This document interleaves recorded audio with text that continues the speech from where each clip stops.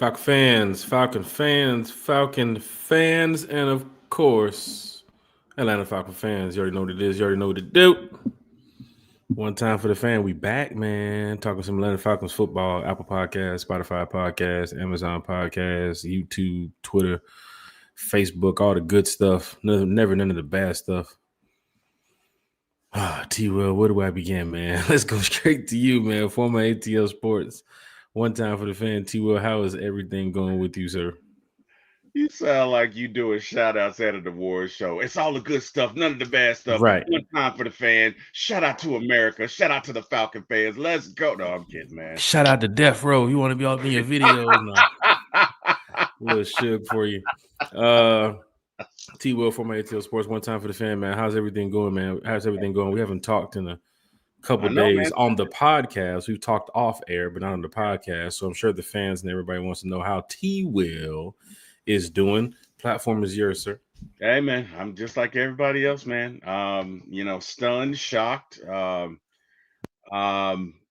Yeah, man. I mean, who knew our season would end up like this, bro? I mean, guy, you could have won a lot of money from T. Will if you told me at the beginning of this season that we'd be 3-7, and that Penix would be gone for the rest of the season, and just that the season would have gone like this. Like, dude, I would not have believed it. But here we are, and hey, man, I think it is our job as fans, as content creators, to try and make something positive out of this, man. I mean, it's incredible. Look, Penix is out for the rest of the seasons. We got, oh no, Nico Collins, I need you to get up, buddy. Sorry.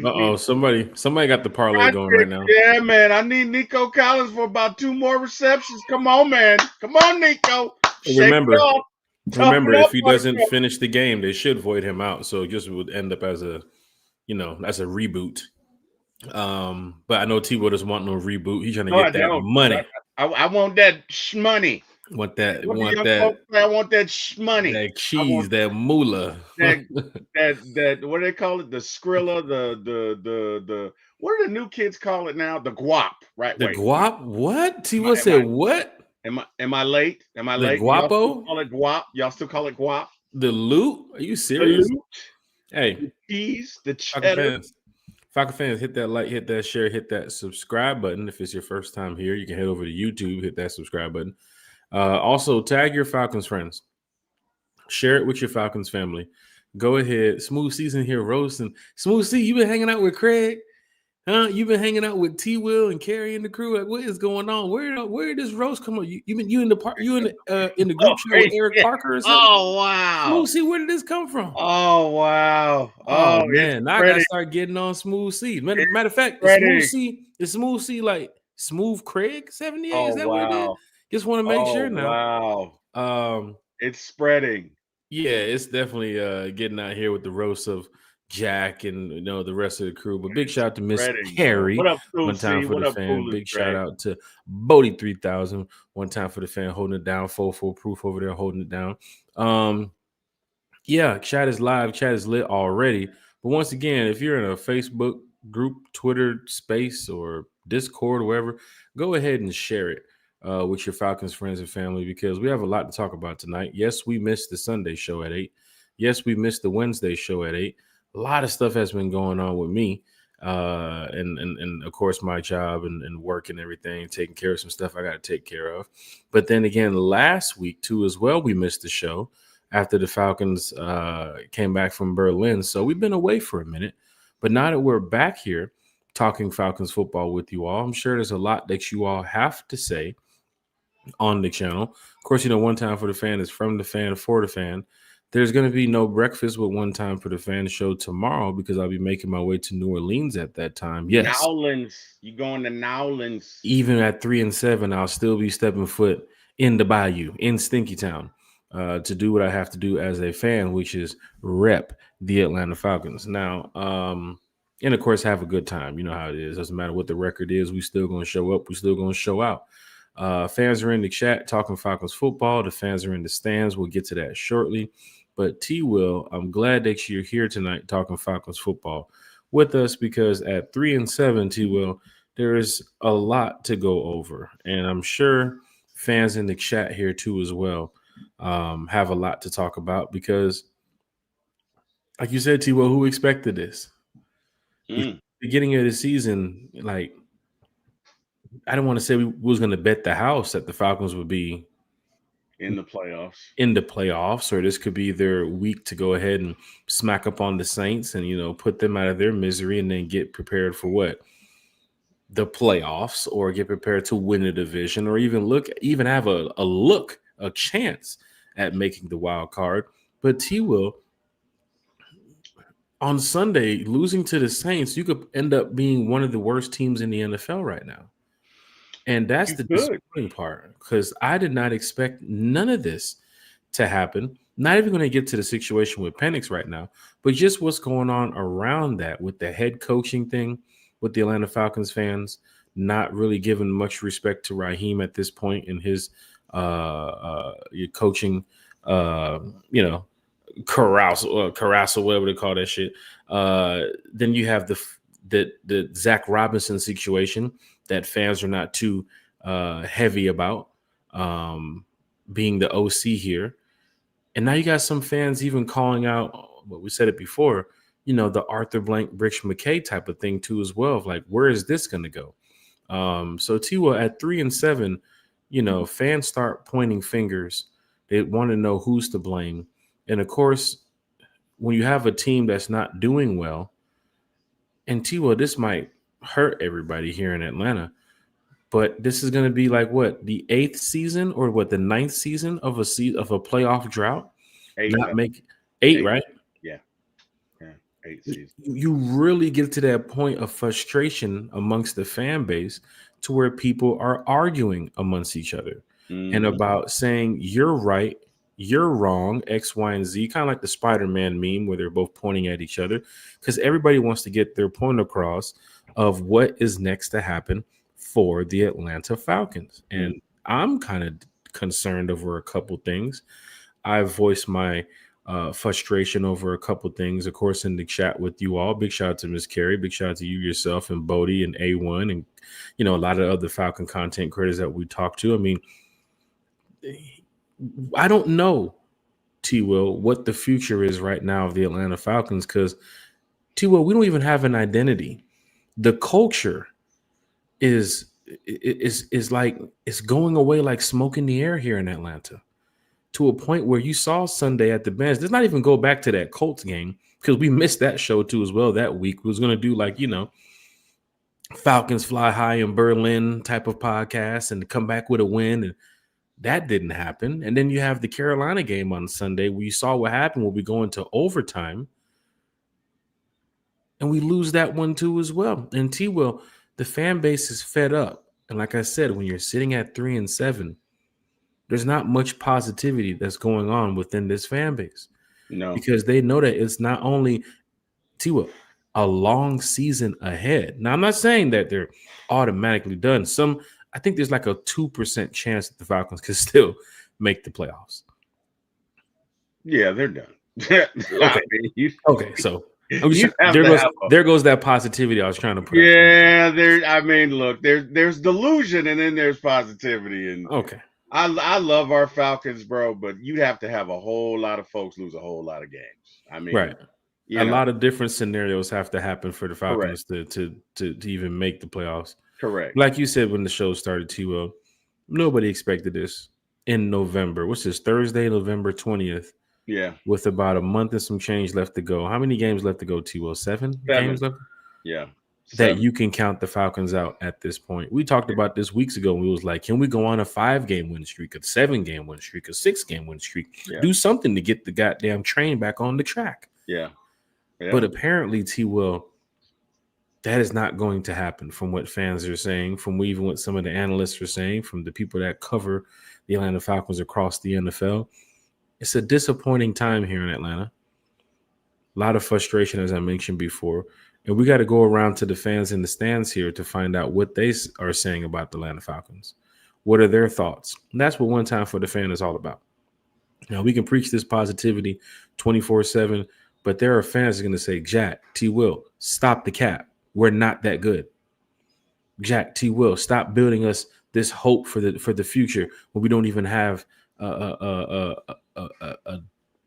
head coach that we can trust, an OC that can go out there and call plays to get our quarterback and our team down the field, a defensive coordinator that's given up 400 yards passing to Mighty Mouse. It's unacceptable. To Mighty Mouse. It's unacceptable. It's to Mighty Mouse. But T. Will, I don't want to go back in times to 2016. Oh man. But I have to go back in time to at least the beginning of the season. Okay.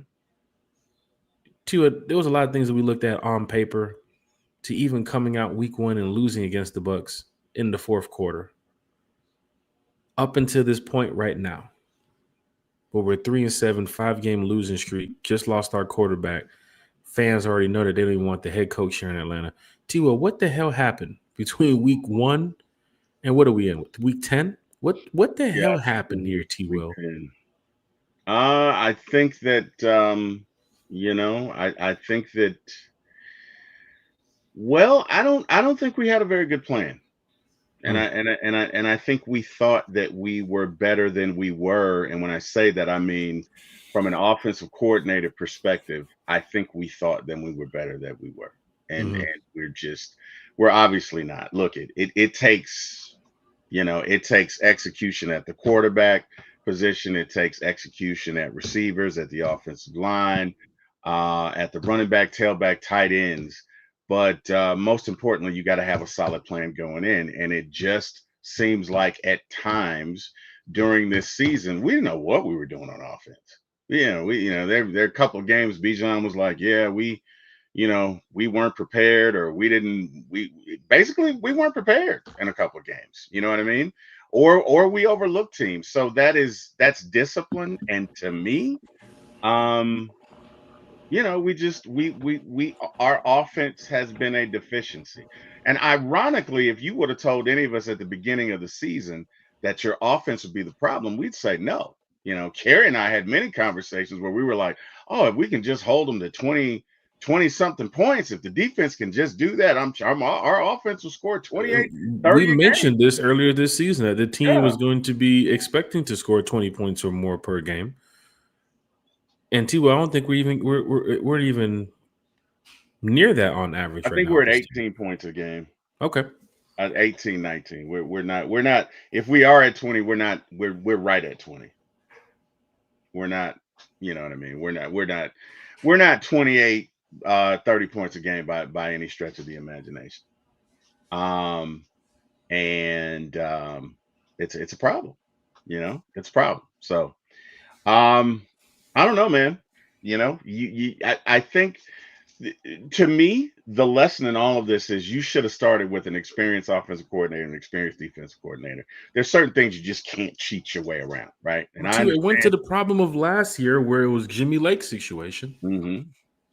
Fans were looking at the offensive coordinator situation like, we'll let Zach Robinson slip by on this first year. Mm-hmm. It's all right. Mm-hmm. We'll get better. It'll be in the second year next year. Matter of fact, it's getting to the end of the season. Penix is in.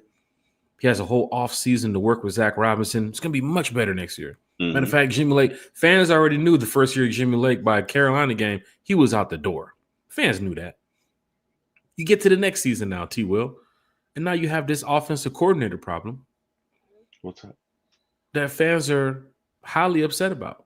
But yeah, T, will continue. I didn't mean to get you in there, but I'm just piggybacking off what you're saying because it's just disappointment across the board. But T, will? TV. Give me 1 sec. You're good. I got to play Uncle here. Okay, you got to play Uncle. Got to do your thing. Falcon fans in the chat. So, what went wrong with the Atlanta Falcons this season? Right? You see Jack Spade's not even as hype as you normally would get me, knowing that I am heading down to New Orleans to go rep these birds. What went wrong with this team? Because you're seeing it across social media from the fans that are speaking on Facebook to Twitter to even the comments on Instagram underneath some of these posts. You guys got to figure out how to share, okay? They're calling out everybody from the coaching staff to even calling out some of the players. Like, what is going on here in this fan base? Atlanta Falcon fans, smooth season in the chat. Okay. Talking about, did I pick up the leaf blower? Smooth C over here cracking these jokes early in the show. Big shout to Smooth C. That's what it's all about. Oh, you got a special guest in the house. Say hi to the little brat, because that's what she came up here for. Say hi, little brat. Say hi. Say hi, Claire. Fist bumps, Claire. Fist bumps. Fist Fist bumps. bump. Give Uncle Jack fist bump. There you Bam. There go. you go. What's up, Claire? Okay. All right. Say hi. Say hi to America. Claire is about to get real. Hopefully it's bedtime because T Will's about to start cursing in a minute. So I hope you about to get, put All right, those Claire. That's all she wanted, man. put those Come on headphones downstairs. on, Claire, because once we start talking about this offense and defense, T It's Will's about about to to be start on. going in. Yeah. That's all she wanted. She came up here talking about Jonah's doing this. That. That's all she wanted. Yeah, Claire, go on downstairs. You know what you wanted, girl. Stop it. That's all T you Will's want. a family man, Falcon fan. So if you're in the chat watching, saying, "Well, why would T Will just stop talking about the Falcons?" Oh, okay, he's taking care Yeah, of his family. that's That's my what T little Will niece. is. That's what That's T my Will's all little about. niece, man. I got I love you too, Claire Bear. I love you too. That's all she wanted. So yeah, I got my two nieces, there's Claire and Jonah that live with me, and of course my kids. And yeah, man, that's how we get down at the Wilson household. But anyway, let's get back to these Get it? Falcons, man. Yeah. I don't know. I feel like Raheem, and again, Raheem outsmarts himself. Hmm. One thing I can say from watching him for 2 years is that Raheem is probably going to think, what would the rest of the world do, and do the opposite, right? And sometimes that works, but when it doesn't, you got to be accountable. Hmm. I'm thinking Raheem a couple of years ago was thinking, well, if I start with two inexperienced offensive and defensive coordinators, I can probably keep them for 2, 3, maybe 4 years, Hmm. right? Because they're not going to leave in their first year. I mean, they just I'm got sure he here. didn't expect that. I mean, then again, you never know when it comes to, oh, we could have a successful team and Jimmy Lake will get a big job, head coaching job somewhere. Oh, Zach Robinson will be the talk of the town as being one of the kind of like the Bobby Johnson, Billy Slowick type of thing, the Yep, Houston Texan, Detroit yep. Lion thing. Raheem tried to build his own coaching tree. I see where that's going. Head coaches bringing these coaches these days to try to build up their resume, but it didn't work. It didn't. And the problem is now you legitimately have a guy that I don't even know. And no disrespect to Zach Robinson. Look, I don't play the game. I'm certainly not an offensive coordinator, but it does not appear as though he's a decent offensive coordinator. I have to be honest, right? So now, my thing is, if you got the weapons, let's go ahead and take your shot, right? If you had Kyle Shanahan, or what's his Matt LaFleur, or Sean McVay, I think this offense would probably score 28 points a game. I'm Right. quite sure with the Right. weapons that we have, this offense will score 28 points a game. And But T-Will, we don't some have. would say, I don't want to cut you off here. Some would say it's bigger than the coaching situation. This is an organization issue right now. Okay. So please tie in both as you start to talk about this, because you see fans are not just pointing the fingers at Raheem Morris. Hmm. They're not just pointing the fingers at Jeff Ulbrich with that passing defense. They're not just pointing the fingers at Zach Robinson and how this offense just didn't get off the ground until week 6 or week 5 or whatever. Hmm. T-Will, they're pointing the fingers at the people in the front office too Rich as well. McKay. But the Yeah. floor is yours. Yeah. I think they're when you hear that, they're referencing, basically, I don't want to say favoritism, but this administration has a history of reaching out to folks that, they know, or folks that they're comfortable with, instead of come on, man. Instead of,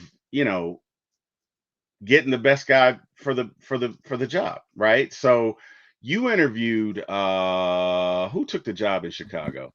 You interviewed Ben Johnson, You interviewed Ben Johnson. You interviewed what's his name? Raheem. You had Jim Harbaugh on the table too as Right. well. You inter- Mike you McDonald was on the table too as well. right. You interviewed a bunch of folks, and you settled with Raheem, whom you already knew. And it just seems like what I'm hearing from most Falcons fans is that they look for yes men. Mm. Right? Now, again, I don't know how true this is. So I'm not going on a hill for any of this. This is speculation. Because honestly, that's not been the case for Arthur's entire tenure. Mike Smith was here. Mike Smith is the winningest coach in Falcons history. Till he got fired, but we knew what was up with Mike Smith at that Right. point. But I mean, again, hey, he took us to an NFC championship. Mhm. He before Mike Smith, you didn't have a Falcons team with 2 consecutive winning seasons. Right, Mike Mike Smith Smith, had culture and identity. I will say that he yeah, did have that piece in Atlanta. Dan yeah, Quinn, just for a little bit, you kind of bought into the yeah. brotherhood thing. Let's go, brother. The whole Hulk Hogan type of show. Let's go, brother. You felt that fast and physical. Got to be fast and physical. In the mid, hey, we're gonna go out there. We're gonna be fast. We're gonna be physical. Dan Quinn, when you think about the team playing against the Colts this week, oh, we got to be fast. We got to be physical. Like he would preach that to where you would think, man, Dan Quinn is on point. That's one hell of a coach coming from the Legion of Boom too as well with the success that they had. But that well quickly ran dry too as well, T-Will. Well, I mean, look at I mean, with some guys, maybe in the first or 2 years it's really good, but it would seem like that's hard to maintain, right? At least to me. But hey, Dan Quinn got us to a Super Bowl. So I can't, you know what I mean? I can't really say that there wasn't a culture of winning, because there was. Now, the problem is you can have brotherhood, but you also have to have accountability. You also have to hold players accountable. And to the extent that you are seen as a player's coach and you're all carrot and no stick, that's a problem. And I think that's a lesson Dan learned. But I'm going to say with Dan and Mike Smith, we didn't have that issue. Now, Arthur Smith gets here, and, there's Well, some first issues. 2 years of Dan Quinn. First 2 years. Well, I mean, again, look it. Because you see what happened after that. Right, but you no longer had an offense, that you didn't have anybody that could run your offense, right? 2017, you play Philadelphia, you lose, but you had the top 10 defense in the league. And if we somehow figure out a way to get a touchdown there, that could have been us in the Super Bowl. I But honestly think there would have been, if you would have called a way better play on that goal line situation, you probably would have won that game. The rollout to the right where everybody rolls out to one side, I truly hate that play. It's kind of like shotgun on 4th and inches. right, yeah, You know what I'm saying? Like and some and plays it you just don't what call. you can do. Right. It limits what you can do. But Right. but if what's his name makes that interception, in the first half, maybe that's different. But either way, in 2018, Matt had one of the best years ever. Mm-hmm. We just couldn't figure it out. So I look it. If you want to say, and even with Arthur Smith kind of got Matt Ryan on the tail end, He was dealing right? with a lot. I mean, with a roster that was kind of just beat up from the start. You can Right, already see some of the players on the 1 year deals. A lot of people right, just knew that this was a job to get a little quick bag, right, quick check here in Atlanta. It wasn't about any culture, or team building, or anything. It's just like, hey, I can right. get this 1 year, move on to another team with the stats I got at the end of the season, and get me a little bag somewhere else. And of course, the quarterback situation and working with Terry through the first couple years, and it's like, that's tough for Arthur Smith. But then again, you see the success Arthur Smith is having in Pittsburgh with the culture, identity, style team with Well, Mike Arthur Smith Tomlin has over a there. defensive pit. Well, I mean, he's got Mike Tomlin. Right. Let's be real. He's got one of the greatest coaches ever. You have And a team that has what, 3 head coaches in the past 100 years or something yeah, like that in the yeah, NFL? yeah. But what and the other thing I will say is that I hope Falcon fans really appreciate what Matt Bryan brought to the organization, because as we see, it's a quarterback driven league, and nothing against Kirk and nothing against Michael Penix. I'll help you here. Matt Bryant and Matt Ryan, because we had a kicking situation, Yep. which I'm sure fans would love to say, Matt Bryant, wish he was 10 years younger. And of Yeah. course, the Matt Ryan situation where fans will look at this team now and say, Matt, if you only had a couple years left in you with this Yeah. type of team, Exactly. be totally Exactly. different. So It both would be. Matts It take the would cake be. on this one.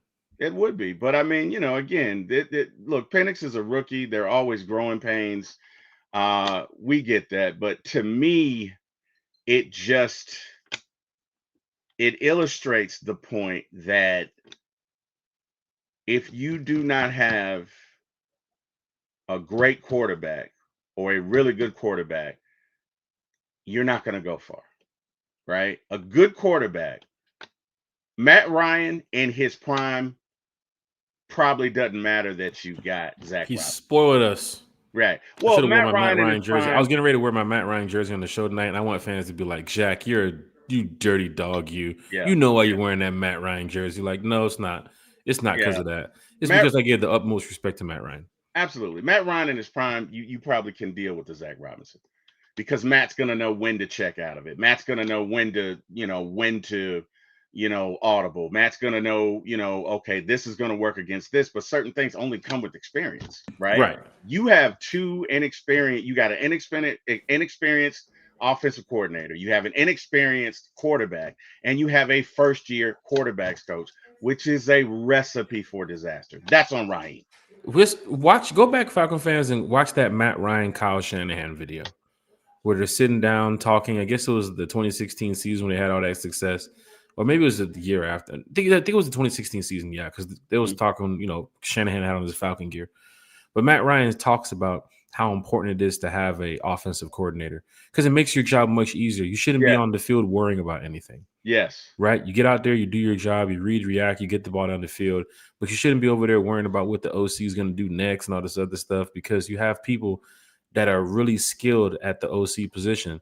And like we talked about this morning, T-Will, there are people who can be great offensive coordinators. They just can't be good head coaches. Yeah. Same as defensive coordinators. They can be great defensive coordinators. They just can't be good head coaches. Yeah. And Guess there are what it people is? that can be great film study guys. They just can't be good offensive coordinators, which Yep. is what we find with Zach Robinson. And look it to the guy who said that Penix is terrible. Penix, this is his first year. Okay. So again, Joey Santerre, hey man, good to see you. Never seen you. Welcome to the show. I got to disagree with you there, bud. Number one, Penix is a rookie. And Matt Ryan was not great his first year. Matt Ryan had a running game and a far better offensive coordinator, right? But if you look at their numbers in the first season, they are eerily similar. So, the jury's still out on Penix. You want to say Zach Robinson is terrible, you'll get no argument from me, sir. I agree with you. Mike Tomlin, on the other hand, Mike Tomlin has never had a losing season. And he really hasn't had a quarterback since Big Ben. So, yeah, when you say Mike Tomlin ain't great, if Mike Tomlin had this team, if this team were coached by Mike Tomlin, I could be the quarterback and we'll be making a playoff run. Yeah, I promise you. It'll be like, damn, Jack Spade went 2 for 6 today, but we won the game. Yeah. We won the game. We'd win 12 games. So, I mean, look at Steelers fans right now with Aaron Rodgers' injury. They're sitting there like, please, Aaron, give us 5 more weeks. Give us 6 more weeks. It's making Arthur Smith's jobs a little bit easier too as well. And there are a lot of fans in the chat. Please bring your comments. The fans in the stands. Let's talk Falcons football. We know what the season pretty much has planned for us right now. The goal for the Falcon fans right now, I mean, not the ultimate goal, but what they want to see happen right now is us kicking the Saints' teeth in on Sunday. I get it. I totally understand. That's a rival game. It's probably the biggest NFL game in the South. I mean, people know the rivalry between the Falcons and the Saints. I'm heading down there in a couple hours. So I totally understand how Falcon fans feel about this game. But you have 2 teams that are bad. One team is going to come out with what? A 2% more chance than the other of making the playoffs? Probably not. Even still, whoever wins this game Sundays might not even go into the playoffs. Doesn't even matter. But at the end of the day, to beat those Saints in New Orleans is a big thing because fans know that we hate the Saints. We really do hate the Saints. And, of course, they're having coaching problems too as well. You can see from the Saints' Twitter, they're talking about the quarterback issue, right? Both quarterbacks have played this year. They're talking about they should have drafted Shedeur. They should have went after Dart. They should have went after another guy. Fans are not too happy about Kellen Moore. Kellen Moore had all the success he had over there in Philadelphia with Jalen Hurts and what's the coach's name of the Eagles? Nick I can't remember the guy. Nick God. Whoever he is.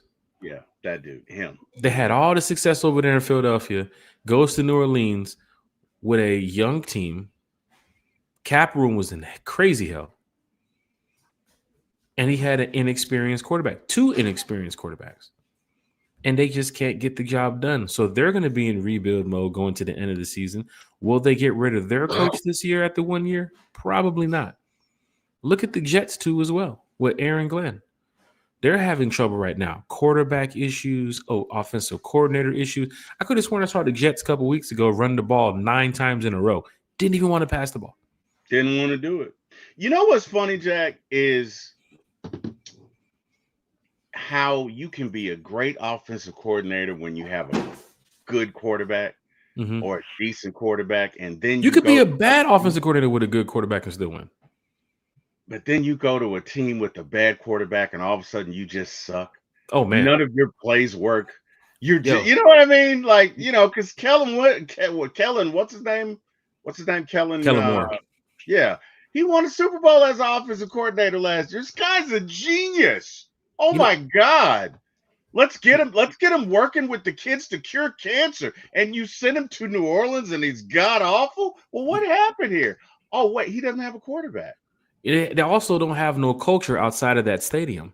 I mean, you know what's going on Bourbon Street and Canal Street. They're going second line left and right. They don't give a damn what the Saints record is. Yeah. Everything's cool outside of Caesar's Palace Superdome, wherever they call that crap. But T-Will, we talked about it this morning. Even when the Chiefs were out this year, remember they was like 0-3, 1-2, 1-3, 1-4, whatever they were. What did I tell you? I said, don't count the Chiefs out. Don't count them out. They have an identity. They have the team that has shown that. Remember when Lamar Jackson went down with the Ravens?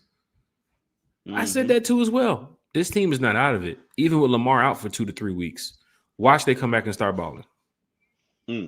The Bills too as well. Some of these teams have identity and culture already built in. We lost ours, I think, back in 2016. Truly think we do. We lost our identity and our culture back in 2016. The organization, as you can see, fans are calling it in shambles. Yeah. I saw fans mad about the damn price of the food on Sunday. And we got the cheapest food in the NFL. Price of the food? Are you serious? I got fans just mad about certain things. One fan made a post the other day and said fans were upset at him for getting loud on Sunday at the Falcons getting sacks on Bryce Young. Nobody's standing up behind him cheering. Nobody wants to hear it no more. Tickets were dirt cheap. Where have we gone with this fan base? Not fan base. Where have we gone with this organization? Well, it's unacceptable. I mean, look, people get tired of being lied to. Right? They get tired. They're tired of losing. They get tired of losing, but they get tired of being lied to. Right? Like, we're not stupid. We're not like, look, if we were honest about certain things that go on, I'm not saying the fans would like it, but I think it would be more that, oh, you're seeing the, you're Craig talking shit. I see D Craig's comment. Yeah, you talking hell of shit. Okay. Yeah. But if you're honest, I think it's more digestible if you can explain it, right? Like, this guy's injured, or how about Mooney has a collarbone, it's broken, instead of, oh, he's day to day, right? He's day to day, or how about this? Well, we brought this kicker over, but he's not ready. You know what I mean? We're gonna go with Coop. Right? How about be honest instead of it's a kicking competition when you knew people get tired of that. They get sick. They're losing trust within the organization. But guess what? Yeah. Them PSLs do coming up real soon. Yes. And PSLs are due. Right. They get to, and you add that. Now, if you were lying to us and we were winning, I don't think people would like it, but you could take it. Winning cures a lot, right? Winning cures a lot. It's been teams that hated each other, but they won, right? But when you're losing, when you go to Carolina, you get beat 30-0, when you lose 5 games in a row, things begin to fester, right? Fans start to argue with each other. People get mad over the dumbest things. Why? Because we're losing. But I think the main thing is, if this team was devoid of talent, that's one thing. This is one of the most talented Falcons team that I've ever seen at 3-7 than I can recall. You know what I mean? Well, you see your brother asking the question about what's the team's identity. At one point this season, it was our defense. Our defense was building on just the success of, man, this team is a top 10 defense in the league. You better be careful playing against Atlanta this year. They're not giving up that many points allowed. They're not giving up that many yards allowed. They're getting to the quarterback. And then we played the Colts. Well, you started running on us. You know what I mean? Then we played the 49ers. Yeah, you started that game with the 49ers. Then we played Bryce Young, light us up for 400+ yards. Yeah. Mighty Mouse. Yeah. We lost the identity on the defense. Don't We even can't go to stop the the run. offense. There's no identity on the offense. We There's can't stop none. the run. We still got 3 sacks. I mean, Are we a run we got team? Are we a 30. passing team? Are we a balanced team? We can't do neither one. We can't. Well, when you load 9 or 10 guys in the box, you should be able to pass the ball. We haven't been able to do it. Well, when you realize that most defenses can look at your offense and say, that's a one-dimensional offense. If they can't get that ball to 7 or 5, then what are they going to do? Remember Matt Ryan's years back in the Super Bowl a couple years ago? Everybody got a piece of the play. Mm-hmm. Kyle Shanahan made sure of that. Everybody. We can go to Walmart and grab somebody off the street. You want to play for the Falcons this week? Bet. 3 catches, 55 yards for this new guy. Don't even know who he is. Mm-hmm. But when you have an offensive coordinator who can't even get the ball around, you take 7. Remember the Patriot game? What did they do during their practice week? They had 4 guys wearing number 7. Mm-hmm. Could have won the game. But that was on the strength of Penix. Honestly, that wasn't Zach Robinson. That was on the strength of Penix in that offense in that second quarter, third quarter, fourth quarter. That wasn't Zach Robinson. Any game this year that we won, Zach Robinson shouldn't be like, yeah, that was me. No, it wasn't. That's not the identity from the offensive coordinator. Kyle Shanahan had that built up in Atlanta a couple years ago. Matt Ryan had that. Julio Jones, Roddy Wright. They've had that built up for years, and then we lost it. Here's where I think it went wrong. In the case of Kirk and in the case of Michael Penix, you really needed a strong running game, right? You should have brought in an experienced coordinator. You should have brought in an experienced coordinator who can design runs. And for the first couple of years, you let your quarterback play off that, right? And you come out, hey, look, we're a running team, and we happen to have Penix. And maybe in year 3, 4, 5, 6, whatever, then Penix is the feature, right? Or the lead singer. Right. But as a rookie, it's just bad practice. It is bad practice to start with an inexperienced offensive coordinator, with a first-time quarterbacks coach, with a wide receivers coach who never played wide receiver, who gets fired in the middle of the season. Right. To me, this is on Raheem, and I love Raheem. Don't get me wrong. Let's go to the Patriot game. Remember Kerry's stat about the Patriots not giving up a 50-yard gain to a running back? We exited the game early on running the ball with Bijan. We was like, oh, no, we're not going to do that. Yeah. I told y'all in the group, it was in the second quarter. It was like, man, we got negative 6 yards rushing, or like 4 yards rushing at that time. They're scared of teams that just know that their resume is better than the Falcons sometimes. Hey, this team doesn't give up 200 yards passing in the air in the past 3 weeks. Falcons end the game with 150 yards passing. They didn't want to pass the ball. Shit like that. The identity just gets swept away so fast. You can go into the game. You can go into this game Sunday against the Saints with a new identity. And then here comes some stat. The Saints haven't given up 2 touchdowns in the past 4 quarters. Guess what? We ain't scoring in the 4 quarters. We ain't scoring. Don't even put the money on it. Don't put the money on them. Don't put the money that we scoring. They're going to see that stat and say, oh, shit. Well, better kick them field goals. We just run away from some of this stuff, man. It's just disappointing. It's very disappointing that we had opportunities to beat some of these teams. The Colts, we lost by what? Touchdown? Had the lead. Carolina had the lead. San Fran, we was even somewhat in the game. Couldn't close it out when we needed to. The Dolphins game was just, oh, that's my birthday. Jesus Christ. Yeah. But I mean, just disappointed. And we spent a whole 30, 45 minutes in this show. We still even talk about Michael Penix yet.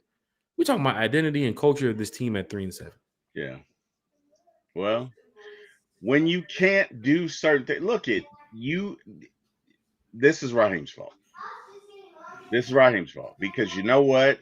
You should have had, enough people in this league. Raheem Morris, enough people in this league to have brought in an offensive coordinator. You knew enough. You chose not to. And you are suffering for those sins. Bottom line, there is no way. Even signing Kirk was coming off of an Achilles injury. Best friend to Kirk would have been a running game. So how about you bring an offensive coordinator? Eric says this is really all Jack's fault. Whatever, Eric. He says, who? Zach Robinson's fault? No, he said it's all your fault. Oh, my fault. Oh my Yeah, gosh. Derek's is all your fault. Oh But my gosh. Yeah, I did it. I'm here. I'm at the games in my seat. I did it. yeah, I'm it's repping your the fault. Birds. I did it. Yeah. I, Well, I'm still heading I, to New Orleans. I did it. I guess it's my fault. I guess it's my fault It too, must Jack. be T I'm right Will's there with fault. T Will's you. over here. It's my fault. T It's Will's my fault. talking Braves sometimes in the Falcon Yeah. chat. Could And be should his be fault too as talking well. Falcons. Shame on me. Right. But no, in all seriousness, Jack, if you bring in you know, some things are I don't want to call them common sense, but let's think about it, right? Why did the Falcons go to the playoffs in 2008? Michael the Burner Turner. But that boy Okay. going You crazy had that year. you had an offense, you could run the ball. Had an You identity. had an experienced offensive coordinator. Had an identity. And well, but not only that, you kind of gave the kid a cushion, right? Mm-hmm. If you got a running game, if you're for sure running for 150 yards a game, there's not that pressure on Michael Penix, right? Mm-hmm. If you got a real offensive coordinator, there's not that pressure on Michael Penix. But when it's fourth and something and I got to wait for you, well, what do we need to do? Well, I don't know. I got 30 seconds. Bro, it shows. It shows. This is on Raheem. And as much as I love Raheem, and Lord knows I do, I love Raheem. unfortunately, we need a new coach in here, bro. We need a new coach. We need a new offensive coordinator. And let's, but let's get to Penix. You brought up Penix. Let's get to Penix. I was getting ready to get to the food at the stadium, but hey, if you want to talk about the quarterback, we talk about the quarterback. Let's go, man. Let's get to Penix. What are we I was going to doing? talk about the parking, the price of the parking. But hey, if you want to talk about the quarterback, we talk about the quarterback. Let's get to Penix, man. Because look, they're saying he's going to be out for 9 months. What if he's not, Jack? What if he's out for a year? What if he's out all next year? What are we doing? I had this conversation with a lot of people. Don't want to spend too much time on it. I don't want to, because this is going to be, I got to get some sleep, get ready for New Orleans. But I had this conversation with some people, man. And I was telling people about this injury and how severe it could be. Mm-hmm. This is not his first time. This is an injury that if I'm a new head coach, Mm-hmm.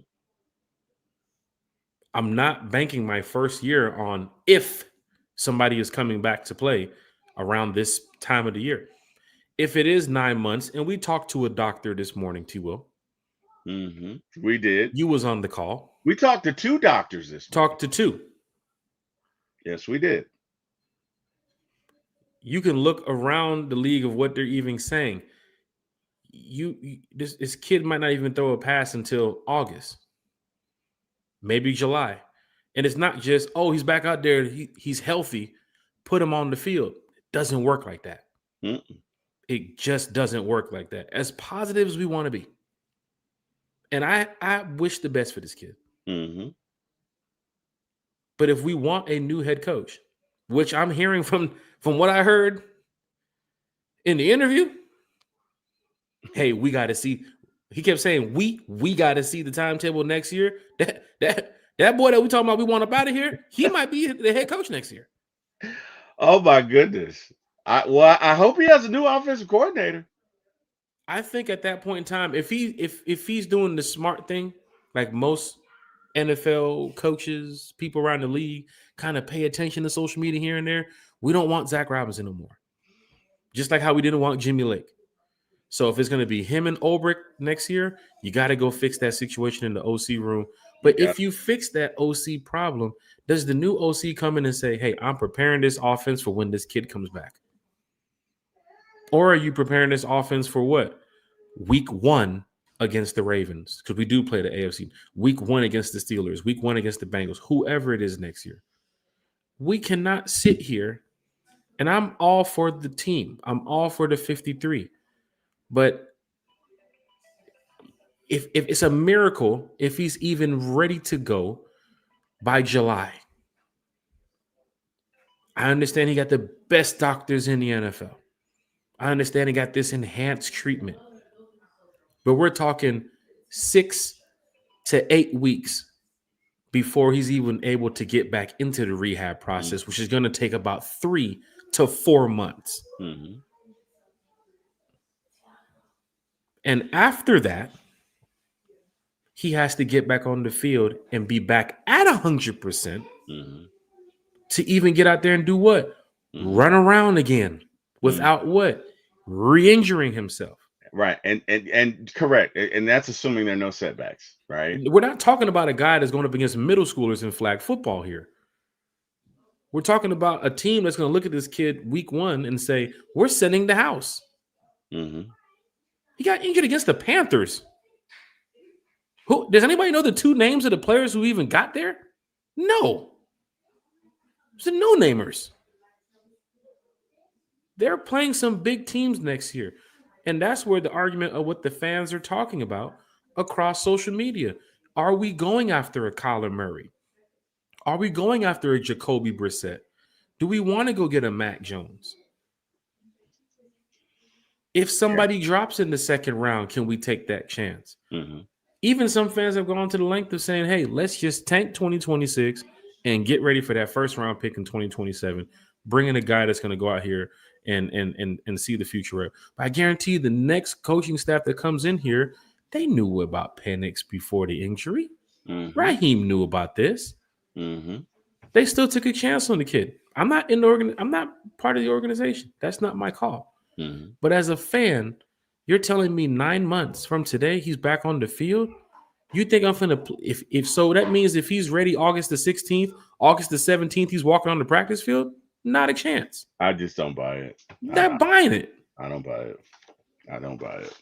I don't. And you gotta be real about this here. From everything that we've seen from, I mean, it's not like this Falcons administration is that forthcoming, right? I mean, day to day to them was 2 months.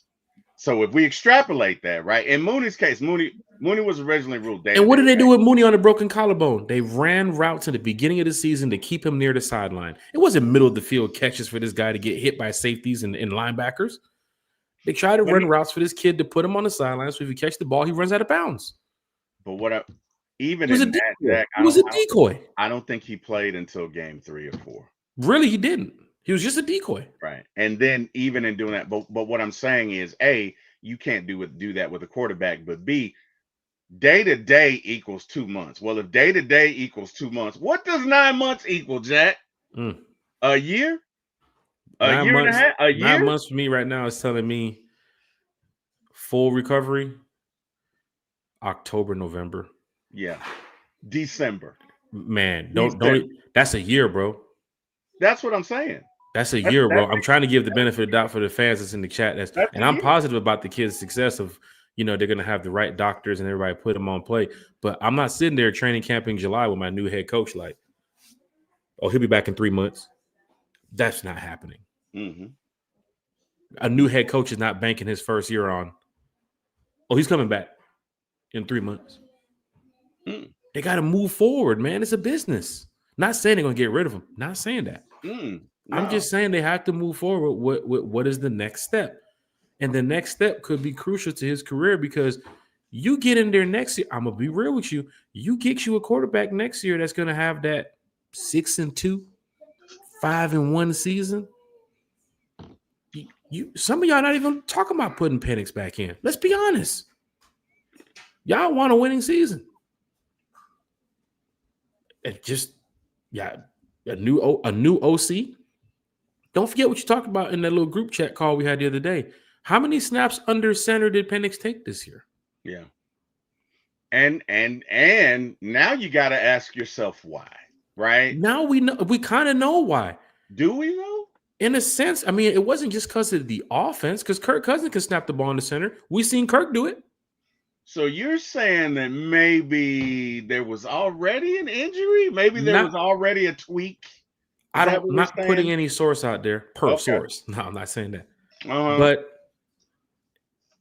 you only ran one play with the kid under center, and that play right there was, I think, was the intentional grounding play earlier this year. Or that play was like, I can't remember what happened. He almost got sacked on that play. Mm-hmm. That one time he went under center, turned his back. Oh, F it. Out of here. Hey, Jack. It's that time again, brother. Oh, man. It's that time in the show. If it's big, I didn't even get down to the bottom of the chat. If it's Big Little Country talking about pressure washing his driveway, I'm off for the weekend. That ain't it, man. We got a super chat. Oh man, we definitely do. Oh, we got us a super chat from our good friend, best friend, super producer, It's Miss Carrie, Carrie. baby.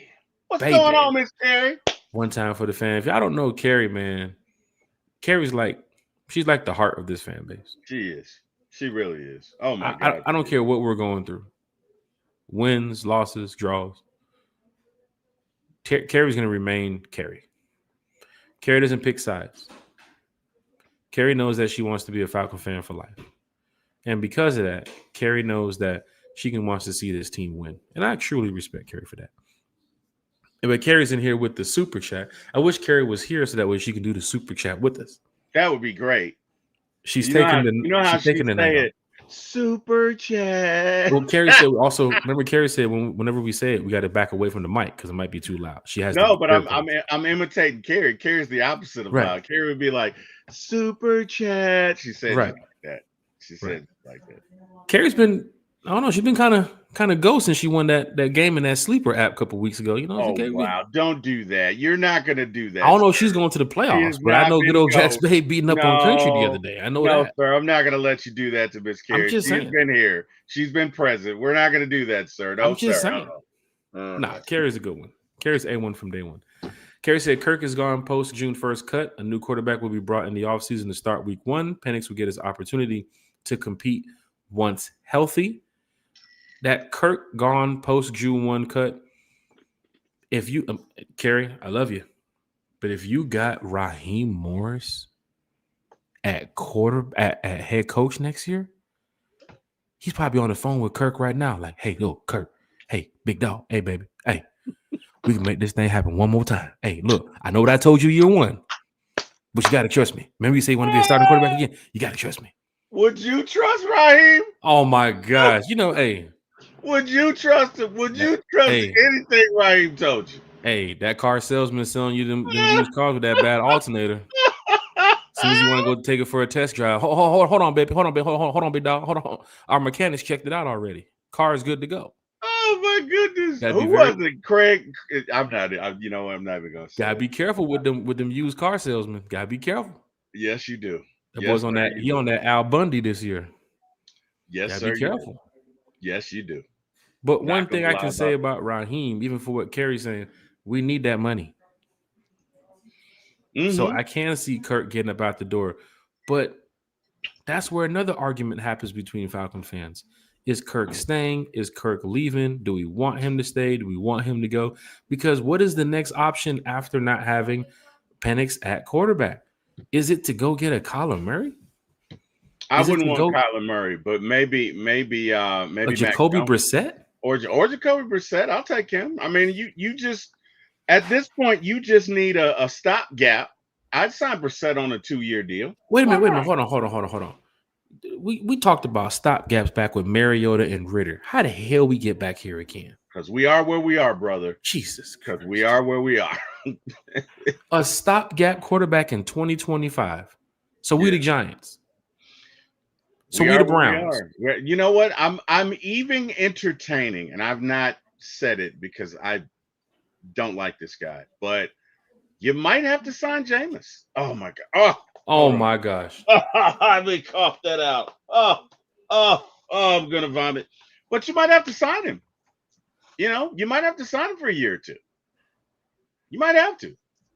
I can't believe in week 10 of the Falcons season in 2025, we're talking about Jameis Winston, Jacoby Brissett. It's a funny world, man. It's a funny world. Mitchell Trubisky. Somebody even mentioned. No, we're not talking about Mitchell. Somebody even mentioned. Can we bring back Byron Leftwich? No. We're not doing that. I rebuke you. We are not doing that. We are not signing Trubisky. We are not bringing back whoever hell that. No, look, you got 3 choices. You got Jameis, you got Brissett, you got Mac Jones. Pick one. Right now, looking at contracts, Mac Jones is less than what, $6 million? Well, he signed with the 49ers through next year. But does So Mac Jones want they'd an have to trade him. opportunity? If Brock Purdy's their guy, does Mac Jones want to be sitting there like, I just wait to have another turf toe injury? Or, hey, that Falcons starting quarterback position is open right now. Yeah, but the question is, will San Francisco trade him? Mm. You know, will San Francisco trade him? I think Falcon Jameis is fans, on a 1-year deal. I'd sign Jameis. I wouldn't like it, but I'd sign Jameis. you're gonna get one hell of a motivational speech walking out that tunnel, though. I ain't gonna lie. Yeah, but that dude's crazy. Mic'd up too as well. He's gonna have that. He's gonna have that group rolling. It would not surprise me if he had. What do you call those? The dummy. The guys with the dummy. What do you call them? What do you call the them? ventriloquist? The ventriloquist. It wouldn't surprise me if that dude had a little ventriloquist. If he had a little dummy named Jameis. Like that dude, Jameis is not all there, man. I'm telling you, it's not all there. Hold on. Is she? I don't know. Can I see her? Is it? How are we getting a private chat so we don't see her? What? Oh snap! Yeah, we do. It's scary, baby. Snap. She's in the building. What's going on, Miss Karen? I had the screen up to the top, and I was like, "Where the hell? How did she see that? Where'd the private chat come from?"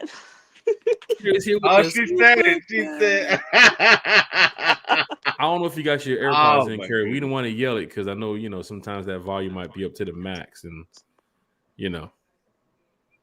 we're kind of lit tonight, so we don't want to mess with them AirPods. Wow. Miss Carrie, how you doing? First off, it's good to see you. You okay? Yeah, I'm hanging in there, but I picked the wrong time in my life to be sober. I know that much. Hey, you still got time now. You still got time to go grab some Tito's or go grab some tequila.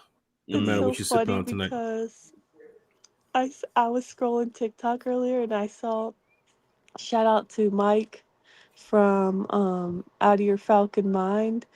He did a TikTok and he said, I don't know exactly verbatim what it said, but essentially it's like him in the video, and then it says he's shaking his head and he's all down bad. He says, "Man, when you give up smoking, when your Falcons are doing bad," or something like that. And then he says he's like grabbing this ashtray and he's pulling it so close, like he's tempted. What, the cigar? Cigar. So it was just real funny. I'm not describing it that well, but essentially he was tempted to not be sober, essentially, So I don't know. It's tough times out here. You're sitting at 3-7. This is one of those, bottle to the head cowboy moments against the wall where you just slide down to the floor and you just, how do we get here? But at the end of the day, see what we talked about this morning, man. That's why there's the Hawks. You know what I'm saying? That's why there's the Georgia Bulldogs, right? That's why we can get ready for the Brave season coming back real soon, right? That's why there's Atlanta United making all these changes, right? That's why there's even a Jake Paul, Anthony Joshua fight coming up in December. There's some things happening that we can, take our minds away from the Falcons sometimes, because right now at 3-7, Kerry, you know it. This is tough. And this is not like the end of the season where, hey, guys, we got 2 games left and we're going to prepare for this, that, and the third. We got 7 games left to watch this and hope that the Falcons can at least finish strong at the end of the season. But do not go out there and lose Sunday against the Saints, because the fan base is already erupted. They're already in volcano mode. Yeah. And losing to these, hey, I can't even say it. Losing to them bums down there in New Orleans, man, you're going to have fans going crazy out here. And for me, I always go to New Orleans. I love it. New Orleans is a vibe. If you've never been to New Orleans, you should go. You should take the time out your day, a couple hour drive from Atlanta, and go out there and see what's happening in New Orleans. But right now at 3-7, win or lose, I'm still going to have a good time in Louisiana. And I'm not having the expectations high, like, oh yeah, we got this playoff run and we got this wild card run and we got this first in the division run. No, I'm just going there to watch a football game at this point. That's just it. Just watch my team play. I'm out here repping the That's color. tough. It's tough because it's 3-7. Kind of like when it was. Remember I told you about Berlin. Really wanted to go to Berlin. Had some things cooked up this year, so I couldn't go. But them fans that Yeah, went to Berlin, I'm sure they had a great experience about Berlin. The yeah, that's sightseeing, true. That's tourism, all that true. stuff. But when they got to that game Mm. and they had to get back on that flight, they talked Falcons. But Lord Jack, have what am I supposed to mercy. do? Because first of all, I bought my Falcons Bucks ticket way too early because it's probably like $10 now. I bought it in the end zone. It was like $200, and not just that, but at least for Berlin, you could kind of sightsee and make a trip of it. At least in New Orleans, you can eat the good food over there. But what am I supposed to do in Tampa? Because obviously, I've been here a million times, so I'm just gonna Well, just Kara, I tell you right hear the now, box. you honestly just have to tell people the same thing you told us. You bought your ticket back when ticket prices were a little bit cheap. You bought it back in week 2. Yeah, man, that's tough. Don't be the fan saying, "Oh, I bought my ticket the day before yesterday." Then again, fans are fans. Fan how you want a fan, I right? know. Go out there To and tell be them Bucks honest, fans that they're not winning the Super Bowl this year. Go out there and tell them Bucks fans. okay, wait.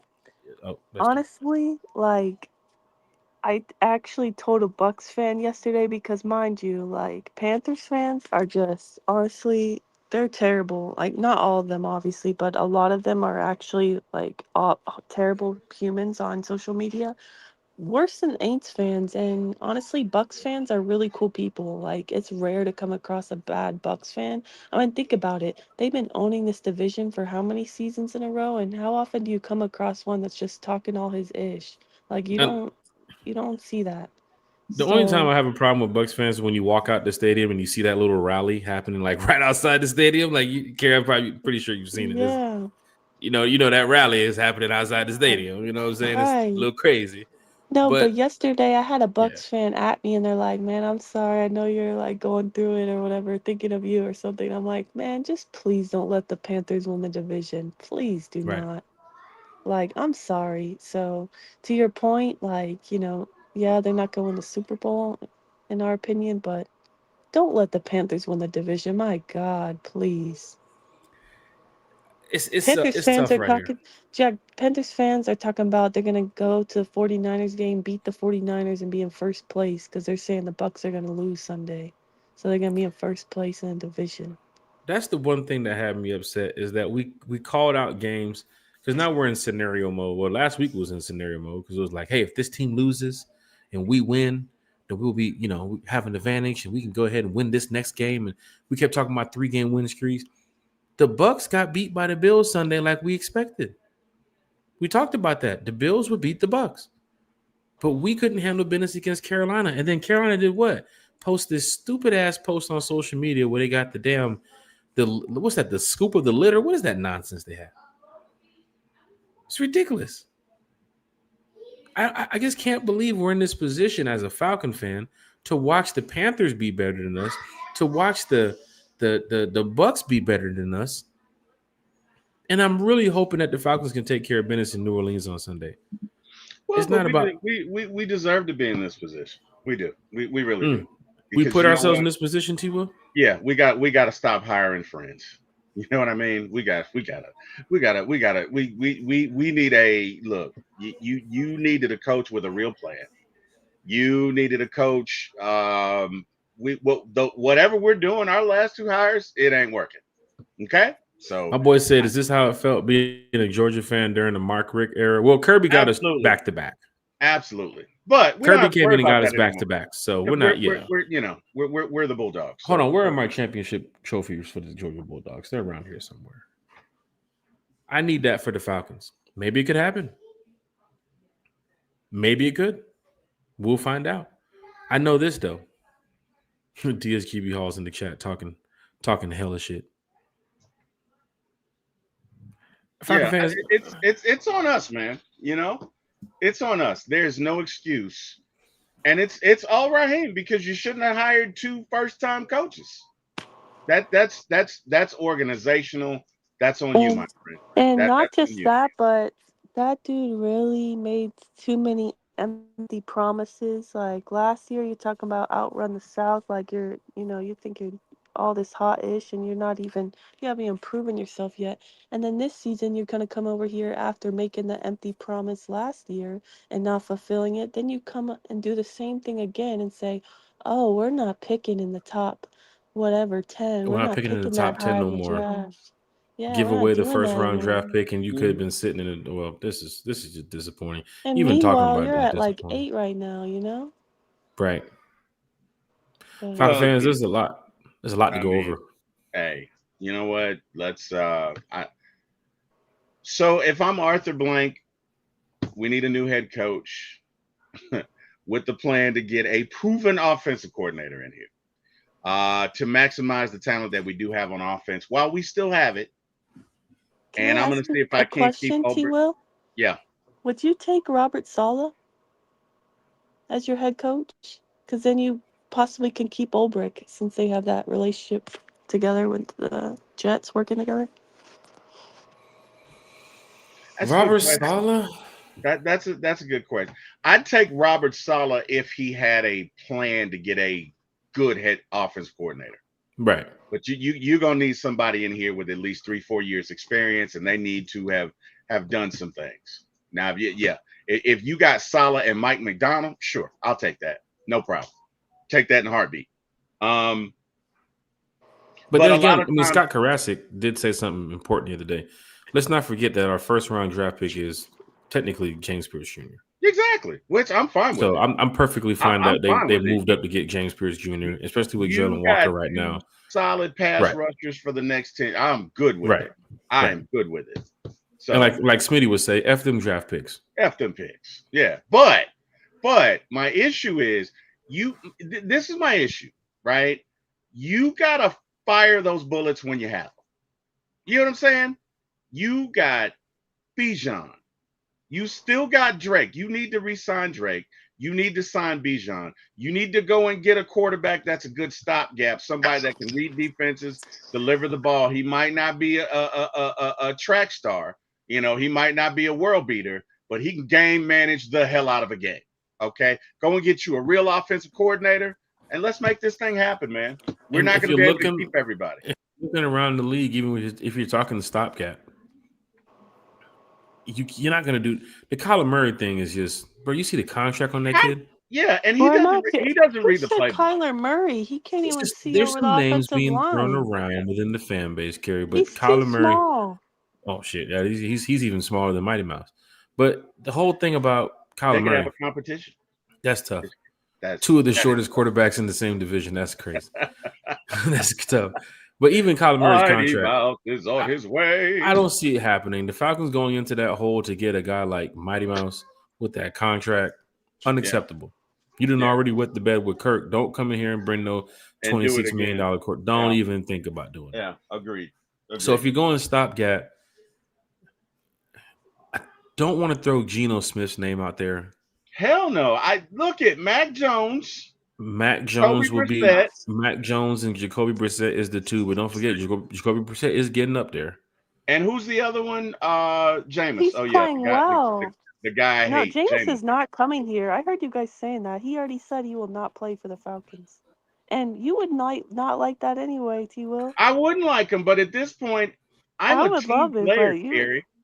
I'm a team player. So if we got to deal with Jameis to get us to a playoff, then bring Jameis on. Do I like Jameis? He No, said I he don't don't. want to be a Falcon. It's kind of like the fan I saw in He the should be Twitter so space. lucky.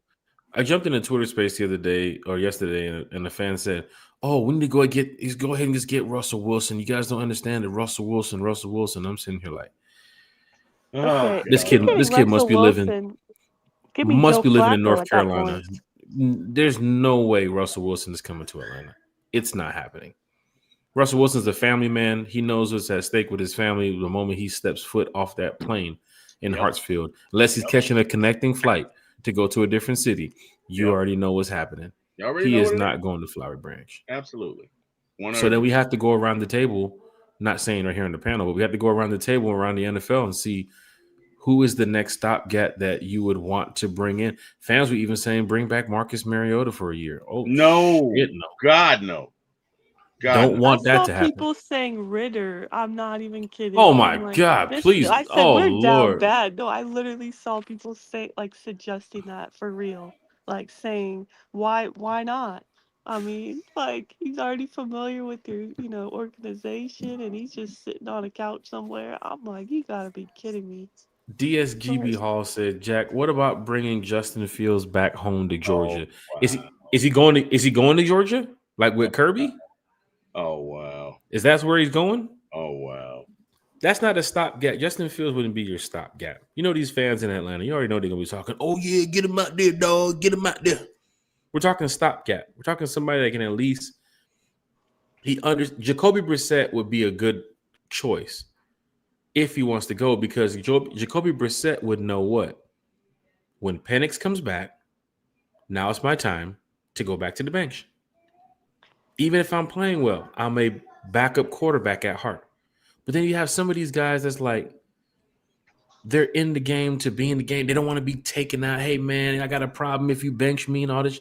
Mac Jones kind of feels that moment right now with San Francisco. At one point, Mac Jones was a starting quarterback in the NFL. Mm-hmm. So I think Mac Jones, people talking about Zach Wilson. No, we're not talking about no Zach Wilson. oh my gosh, But there's some teams out there that you can look at and say, Cooper Rush, maybe? Can Cooper Rush do it? But I guarantee you this, regardless if it's Raheem or a new head coach, I'm not sitting there in June and July with installments in my hand, working with players, practice, open the public training camp, and I'm sitting out there looking on the side and my QB1 is not out here. We have a game in a couple weeks. Mm-hmm. And we have to get somebody ready. And I see fans in the chat. Is it Easton Stick? Maybe that's what the Kyle Trask signing is for going forward. Trey Lance, we're not doing the Trey Lance stuff. I think Jacoby Brissett is your best target, unless like what somebody told us this morning, T. Will, you get to that draft, somebody falls to you on day 2, and you decide, hey, you know what? This could be our guy. Maybe they make that decision. But like A1 said, you're doing this shit all over again. Mm-hmm. You're recycling all over again. The same Mm-hmm. process again. So what Mm-hmm. would it be with a rookie quarterback coming there with a guy who's hasn't even finished his whole first full season? He's damn near like a rookie coming back himself. Yeah. Yeah. 100%. We got to look at the bigger picture. Maybe it could be a Jacoby Brissett. Maybe it could be a Mac Jones. But the list, Carrie, you saw the list the other day, is very thin of quarterbacks right. who could be here in Atlanta. Mm-hmm. And we I need to think it'd be be smarter, honestly, to take somebody like a Mac Jones, like somebody with more upside, just because Penix's injury is such an unknown that you don't know. You know, previously when he had his ACL torn in his right knee, he came back, that was what, last 2020? That was Mhm. before Washington. That was when he was at his first college. So he came back and, played very well at a high level after that. So he shows that he can, like, come back from that, but you don't know he's going to come back and do the same thing again. So it would make sense to try to also get somebody with who's still young as well. I think we got to start from the top. It's going to go to from general manager, head coach. What do these guys want? I know the fans want some play. Hey, go get this guy. Go get this guy. Well, That's what the fans want. to What be is honest, Raheem going to say about this next year? He might look at it and say, "Now we bringing back Kurt." no, I'm sorry, but Kirk is not going to be back. Like, I would bet money on that. There's absolutely no way. Right now, next year, we're sitting at $4 million in cap space because of Kirk Cousins. So we have to cut Kirk, like, whether they like it or not. There's just absolutely no way he's going to be on the contract on the books next year. I mean, it was a 2-year deal essentially with an out after the 2 years because Penix, it was essentially supposed to be Penix starting after the 2 years. So that was the whole plan. So Penix wasn't supposed to come start till what, 2027 season. So that being said, he's gonna be out here because it saves you at least $22 million if you cut him post June, or at least have a designation to cut him post June 1. So We need that $22 million. And there's going to be a few other players that get cut or traded that people aren't going to like a Jesse Bates could be traded. Darnell Mooney, I think he'll be cut as well because cutting him will save $10 million. So this team is going to look very different next year. I'm letting you know that much. Andy Jennings in the chat. What about if we get a take on Davis Mills? Dude is better than anyone we put on the field the last 4 years. Davis Mills, where is Davis at? Remember he was in He's Houston in at one time. Houston. He's I'm playing watching him tonight. tonight. He's missed some targets. I mean, he's okay. You know, he's not. He's a pocket passing guy, right? Yeah, he's not terrible, but you know, give me Mac I think Jones. he has 1 year left on his deal, so you'd have to Yeah. trade for him. It's just like Jacoby Brissett, you'd have to trade something for him, but What about riding with Easton Stick until Penix gets healthy? Wouldn't have to spend money for a stopgap. Plus, Easton Stick did decent during the offseason with Blair and Nash. Well, guess what? Both of those wide who receivers is ain't that playing in the anyway. chat? So that's Who is Craig. that? That's That's Craig Craig. or that's Yeah. Walmart Matter of fact, worker? hold on. I'm sorry, Oh Carrie. wow! Hey, Craig, you can head to the house now, bro. You don't have to be in the Oh chat. Look at the wow. picture. Look at the picture. What is that? It's Raheem in Is a that Raheem working at the pharmacy Walgreens? at a pharmacy store. Wow. You know, Craig has a sense of humor. You know, Oh Craig has. my goodness. I didn't see he changed his picture. That's hilarious. So my answer to that is that's never gonna happen because if you put Easton Stick out there who respectfully is a QB3 or practice squad guy, no upside, like you're telling your fans that you're tanking for 2027 draft. The Arthur Blank, he needs to sell tickets and put fans in the stands. And yeah, that's not going to happen if you go into the season and say, "Yep, Easton Stick is our guy." So Carrie, you have to get a stopgap guy. Yes. the tough part about that, what you just said, and I agree with you. Fans looking at next year thinking, I have to pay this piece. I have to pay this $10,000 PSL in February. Who's my starting quarterback? That's the tough part for some of these fans, Kerry. That they know that PSL payment is due coming up. And it's not even just about, oh, I'm a fan. I'm always a fan. You got some of them people that's like, nope. You can't sell me what's happening downtown. All right, World Cup is coming. Cool, that's perfectly fine. But you can't sell me this team with no starting quarterback. You can't sell me this team for some fans without that. Man, in this situation, T. Will, I hate to say it, some fans are looking at that number 8 pick right now or that number 9 pick like, we gave that up. That could have been our quarterback of the future. Well, and let's pump the brakes. So King Richie said it. We didn't give up on Penix. No, I think he's just asking the question, did we give up on Penix? No, we didn't. We didn't. But King, we're just talking about what do we do as a stopgap next year? Let's say Penix is out for 12 months, right? So nobody's giving up on Penix. I don't think we should. I agree. And look, sometimes you take chances and you lose. I'm okay with the fact that we don't have a first round pick. Me personally, number one, because you went and got JPJ, and as far as I'm concerned, JPJ is balling. So Falcons have 33 sacks. They've never. I'm sorry. It's been a while. The only other time. He's been here before during the Ritter era. He was here for a while. Oh, I don't remember this person. Okay. The only other time we've had 33 sacks at this point in the season was 7 games was the Grits Blitz. Mm-hmm. Literally, it's only been done twice in Atlanta Falcons history. So JPJ is a part of that. I'm okay with it. I understand. To me, let's go get a stopgap quarterback, right? And if you don't have to use him the entire year next year, great, even better. But at least you got a plan. Let's cut Kirk. Okay, Easton Stick is your backup and your stopgap. And when Penix comes back, he comes back. Let's get a offensive coordinator with experience who can manage a game. Okay, let's sign Drake and let's go to war. So I see what Joe is talking about in the chat. He said, y'all are banking on Penix coming back and starting. But if we have a new head coach, Penix is done. He's trash. I'm looking at the situation a little bit differently, Joey. because I'm not the head coach, because I don't make those decisions, I'm speaking from a fan perspective of what could possibly happen. Because there's different scenarios, right? Right.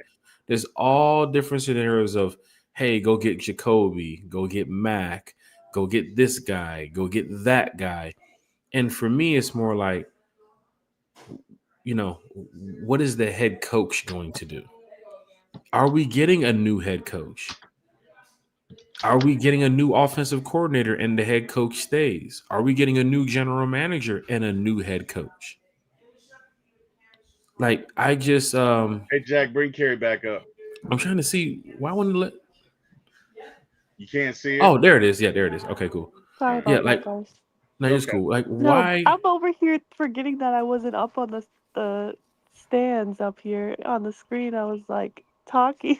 No, And you just backed out. couldn't I was even like, hear me. oh, My Kara's getting bad. ready to go whoop up on somebody. Oh snap! Yeah, Let me be Mike, careful. I'm sorry. Like, I have to, like, the Joey thing. I'm sorry, guys. Like, I don't know. I'm new to you, man. But, like, you're literally calling everybody trash.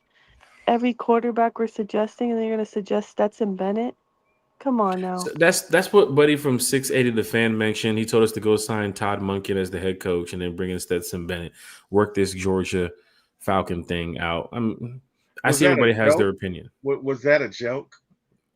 Like, I was mean, No, was he that was a joke? serious. He that's was what Buddy on the You radio know serious. station. what? No, Buddy on the radio station said it this morning. He's like, that's what You know needs to what? be. I But mean, that's hey, one opinion from a fan. So even looking at the future, for me, I'm looking at the timeline. Like T. Will said earlier, we talked to 2 doctors this morning who are really good at their job.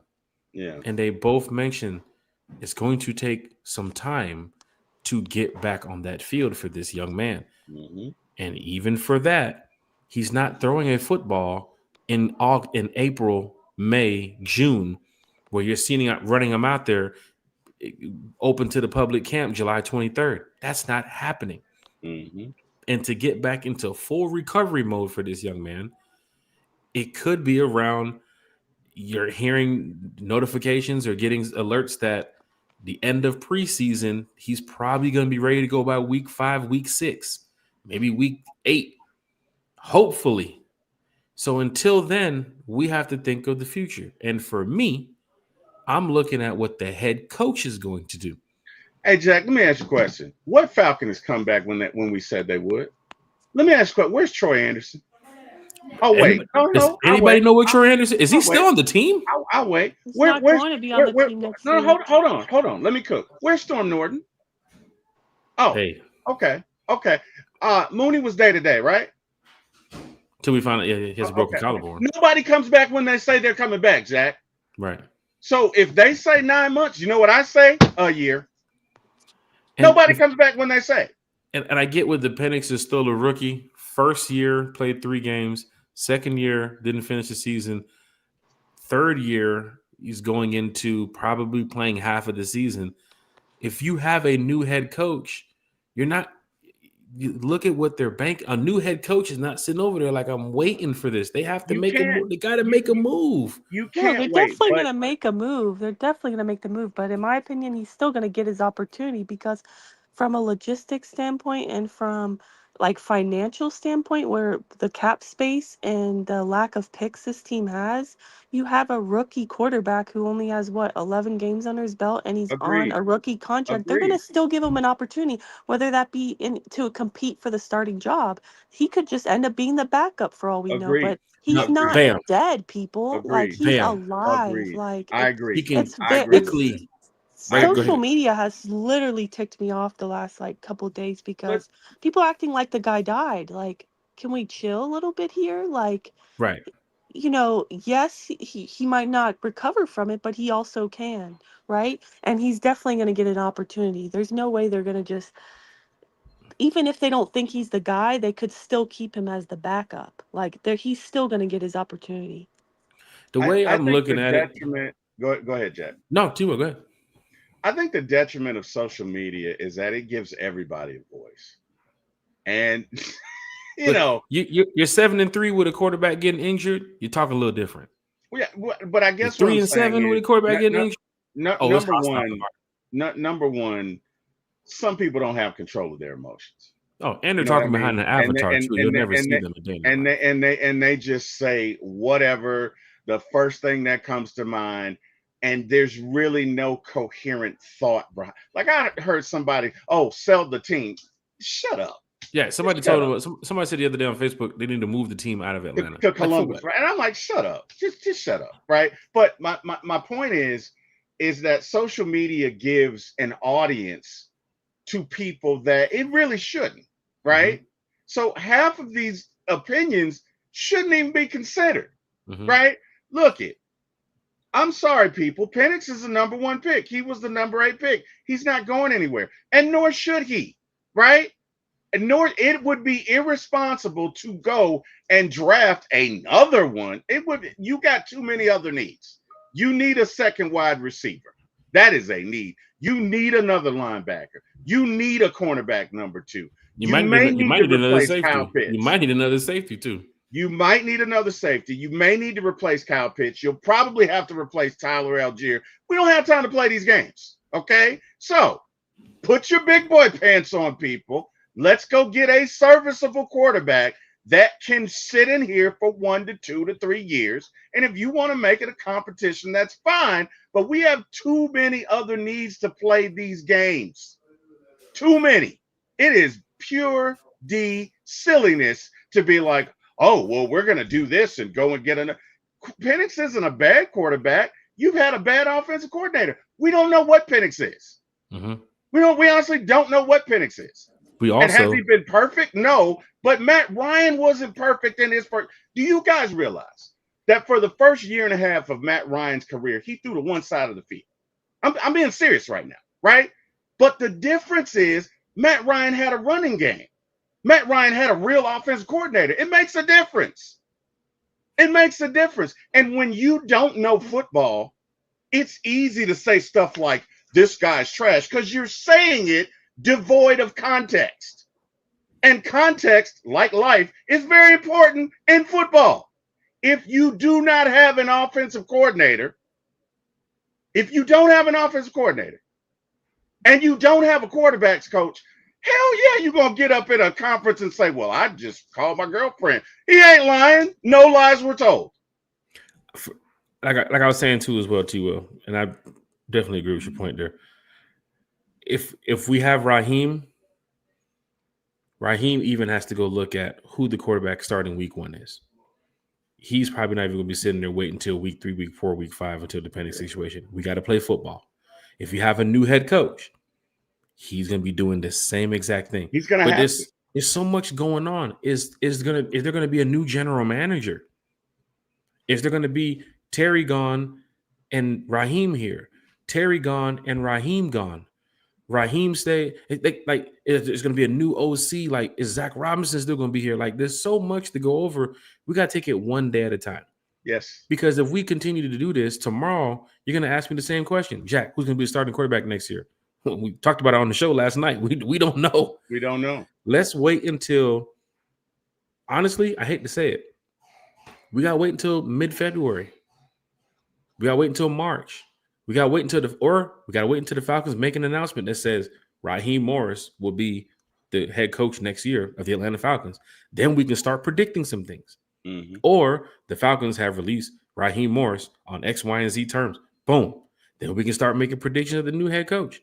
Yeah. But right now, we're throwing out a lot of opinions and a lot of different scenarios because our starting quarterback is going to be out for some time. So who's the next best interest? Don't forget, we still have a couple quarterbacks. I see you, Kerry. They still have a couple quarterbacks, like Kerry mentioned, who might end up hitting the free agency pool later on this year. What we see right now is what we're talking about. Mac Jones, the Kyler Murray situation, the Jacoby Brissett situation, Jameis Winston. If that's the 4 options right there, if you guys just say Jack Spade, those are the 4 options we have right now. Give me Mac Jones. Yeah. That's it. That's it. Give me Mac Jones. But what other NFL team right there in the NFL is going to say, Mac Jones going to the Falcons? No, we want in on this too. We saw what Mac Jones did in San Francisco. We want in on this too. It's not just going to randomly say, oh, Mac Jones is going to end up in the Falcons because we as Falcon fans said it. Other teams will probably look at the 49ers like, Mac Jones looking like how you did coming out of Alabama. Mm-hmm. So I know Falcon fans might want that stopgap guy. You might get Ryan flipping Tannehill next year. Hopefully that doesn't happen. Oh God. Oh God. But Please. let's take it one day at a time Yeah. and let's look at who is going to be the head coach. Is the general manager staying in the building? Who is the offensive coordinator next year? What Mm-hmm. is the full timeline of Michael Penix next year? Mm-hmm. Like, there's a lot of things to throw out there before we can make a decision and say this guy is going to be the quarterback. And right now, we're just arguing, not arguing like this, like we're getting ready, start fighting. We're just arguing and throwing different opinions out of just people that we don't know at the time. Yeah. We do not know who is going to be in any one of these positions next year. Mm-hmm. If you find out at the end of the season on January 6th or when the last game is, the day after, remember, what's it called? Black Monday? Mm-hmm. If you find out that Monday that the Falcons are keeping Raheem Morris, y'all going to be up in arms on that Wednesday podcast. Y'all going to be going crazy up in here. The Falcons did what? Y'all ain't even talking about Penix. The Falcons did what? We kept Raheem for what? Jack Spade, what did they do? Why did they do this?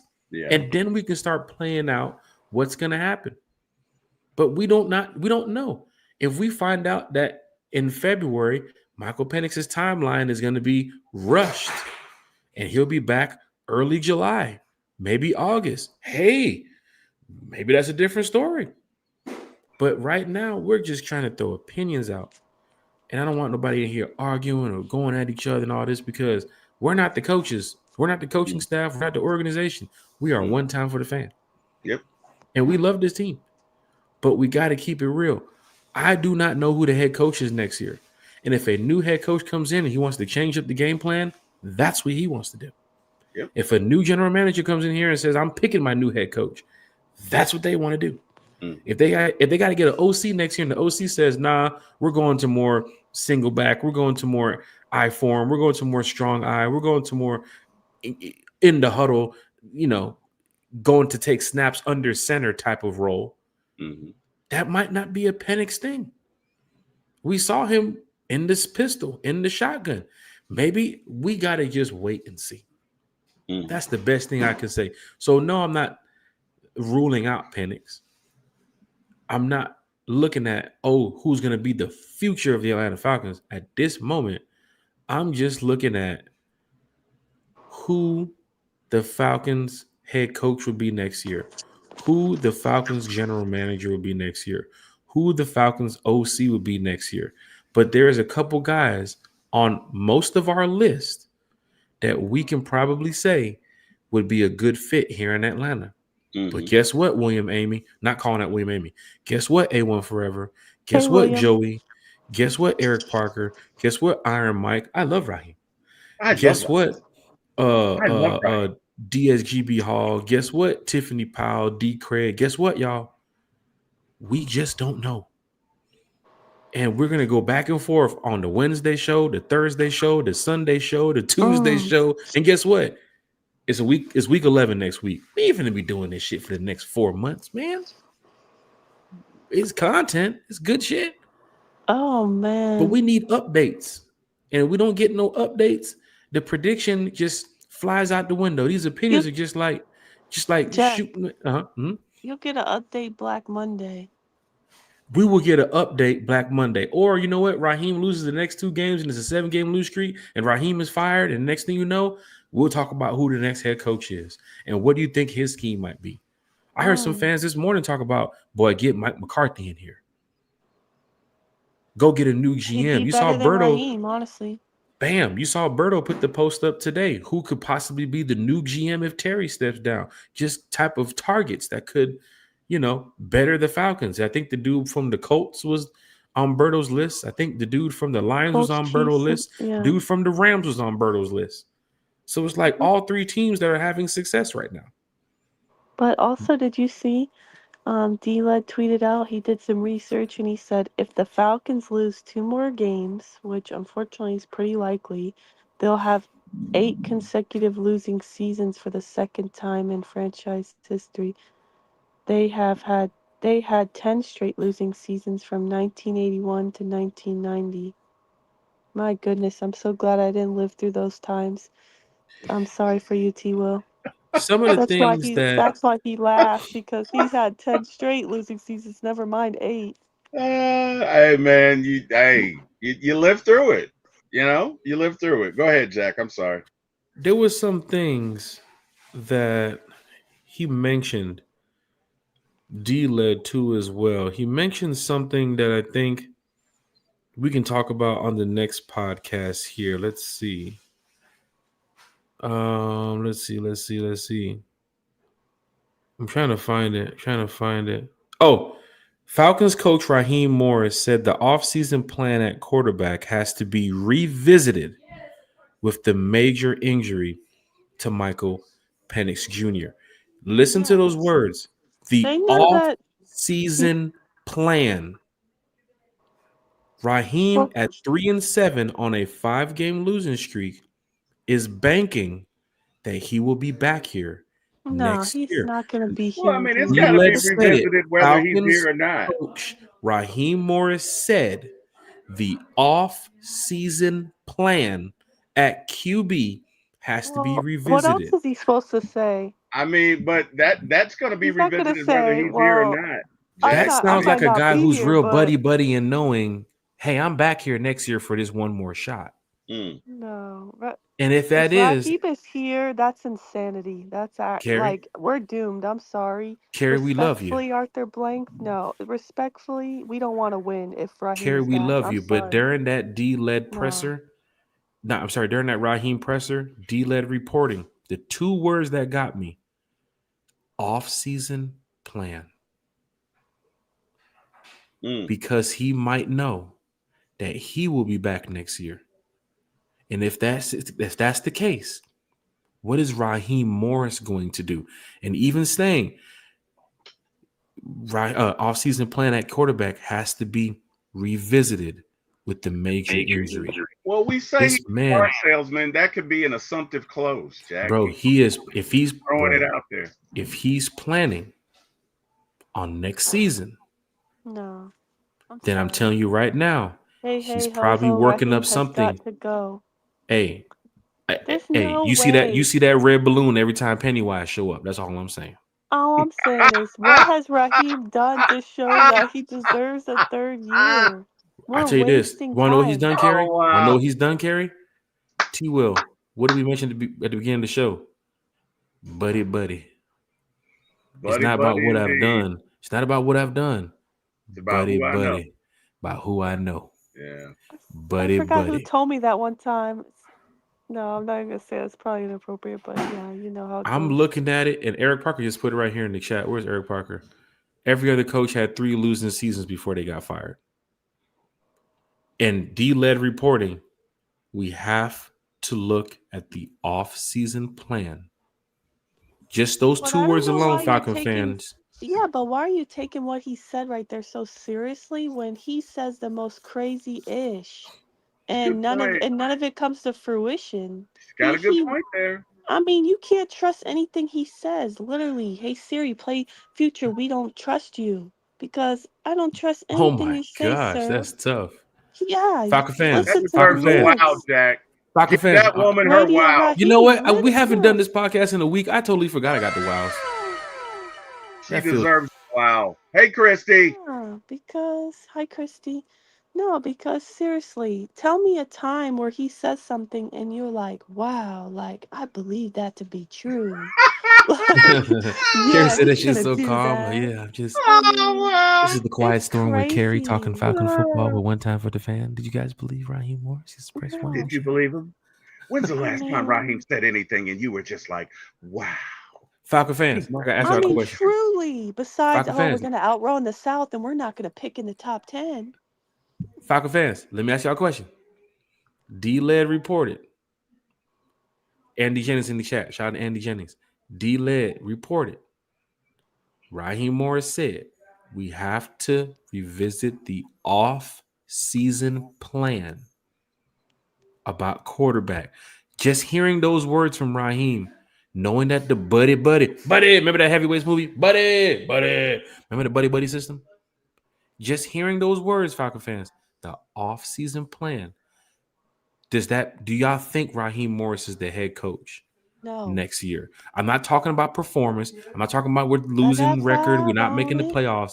Hearing Raheem in that presser say, we have to look at the off-season plan for quarterback. That means he's already telling his coaching staff. He's telling the organization, this is what we have to do in the offseason. Some coaches already know they're already out the job. They start talking their way out the job. This man is planning his offseason plan right now I at 3 don't and think 7. they've told him he's fired yet. So, I mean, he's going to talk like he still has the job.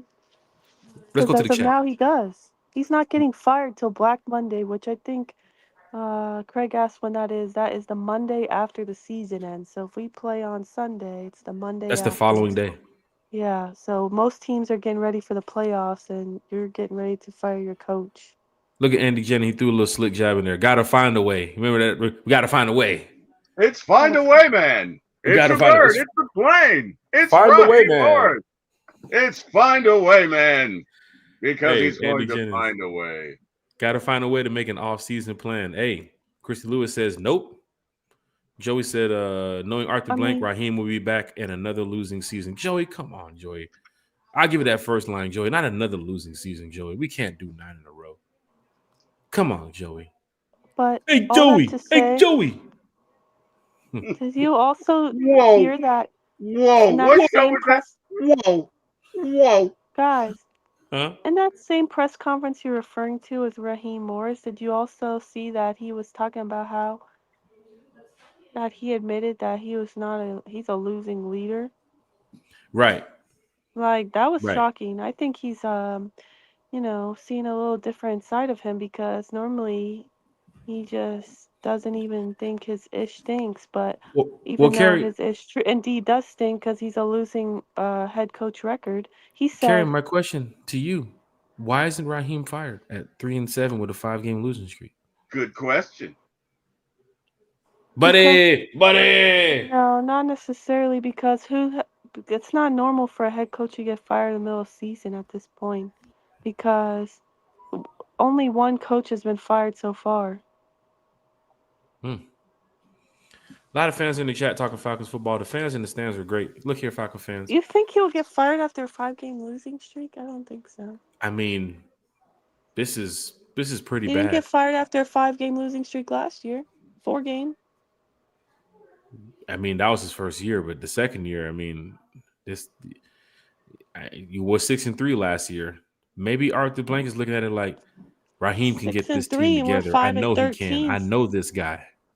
Yeah. Oh my God. Well, if what you're saying is really true, Jack, I'm gonna put it bluntly, we're doomed, because then we're not serious about winning. If we're putting relationships, friendships before winning, Oh, Carrie. as a team that hasn't won in 8 years Carrie, with the you're talking second about the longest Atlanta playoff Falcons drought, here. You're talking about then the we're Atlanta not Falcons here. serious. You just named the head coaches who came in the building for the interview. And who did they go with? They went with But the that's what I'm relationship and the saying. At what friendship. point is it insanity? Like, you're not gonna learn your lesson? Like, Hey, you effed up majorly by hiring this man. Are you gonna learn from this mistake or no? I think learning from the mistake is for not me. Hey, not Jack Spaden said.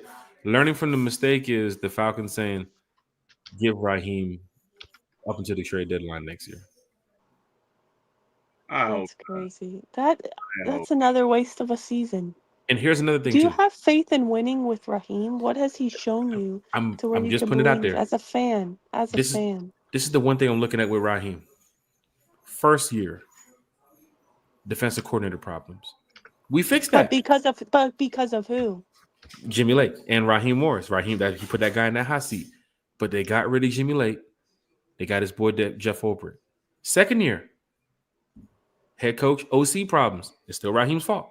But OC problems, more so fans were leaning towards.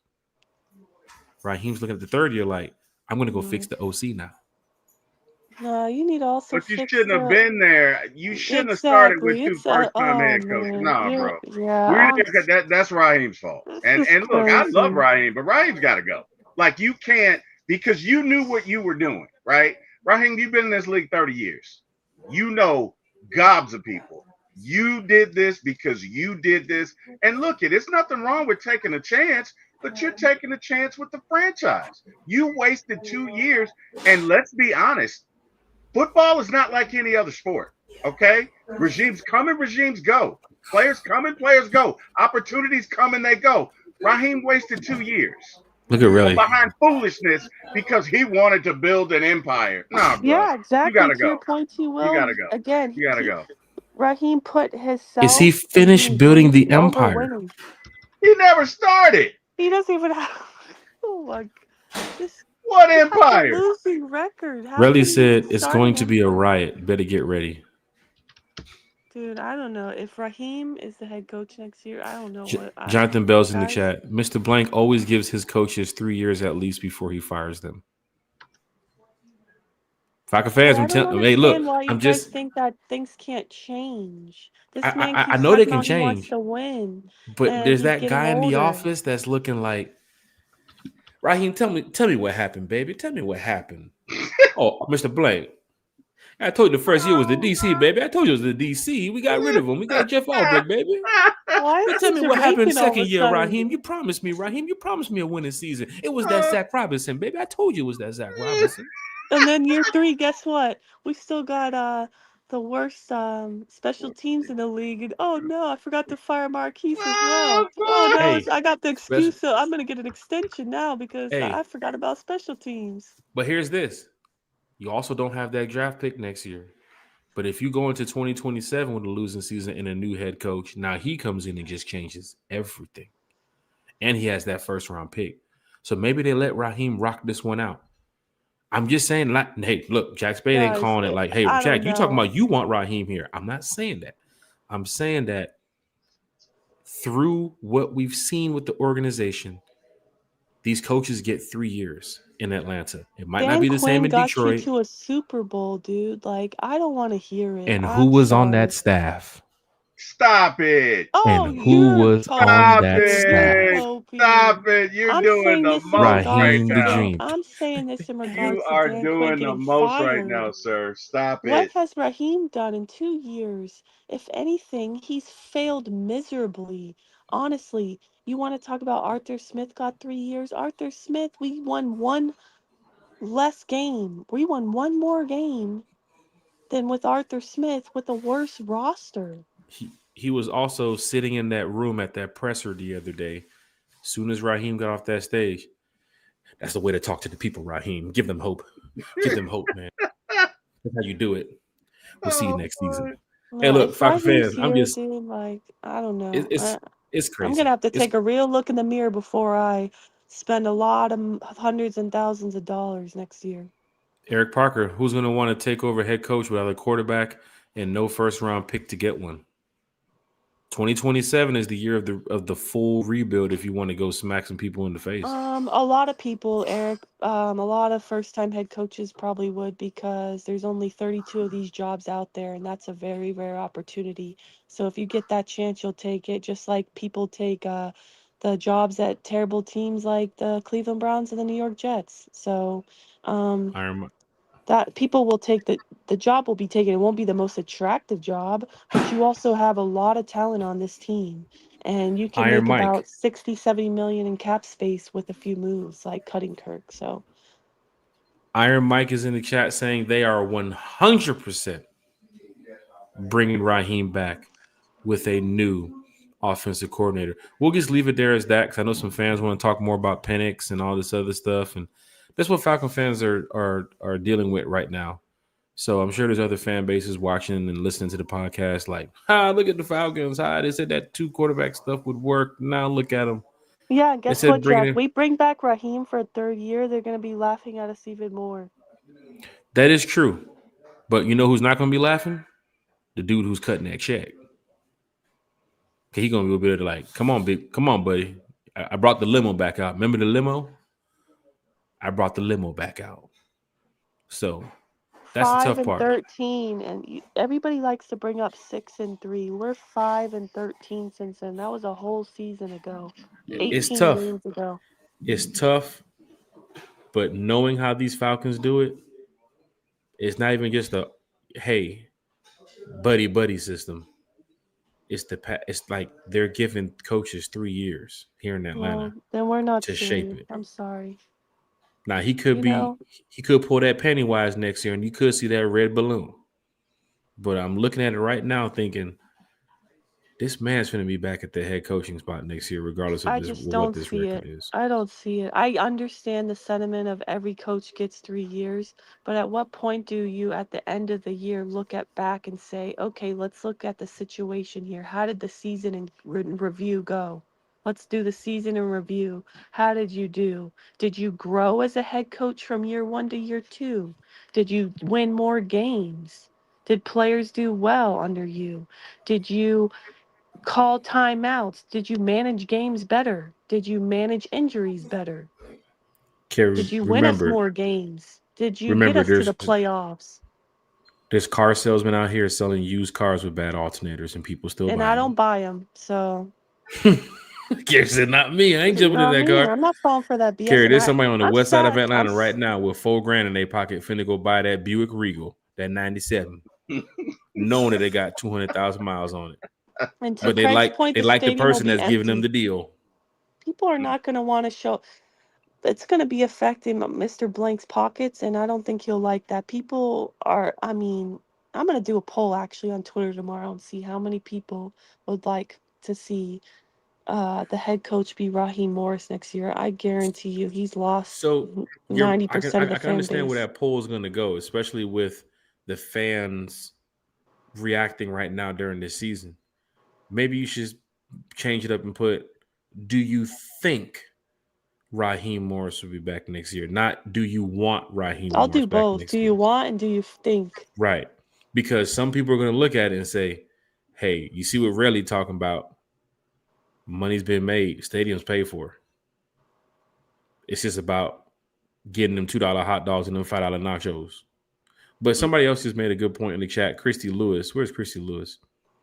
Good friend Christy Lewis. Where's she at? Where's she at? Where's she at? Oh, but he failed as a head coach at making game-related decisions that cost us games as well. And then she also said in the chat that she's been heading to New Orleans tomorrow, just like me. And I got to Oh, get up in a nice. couple hours to get to get on the road.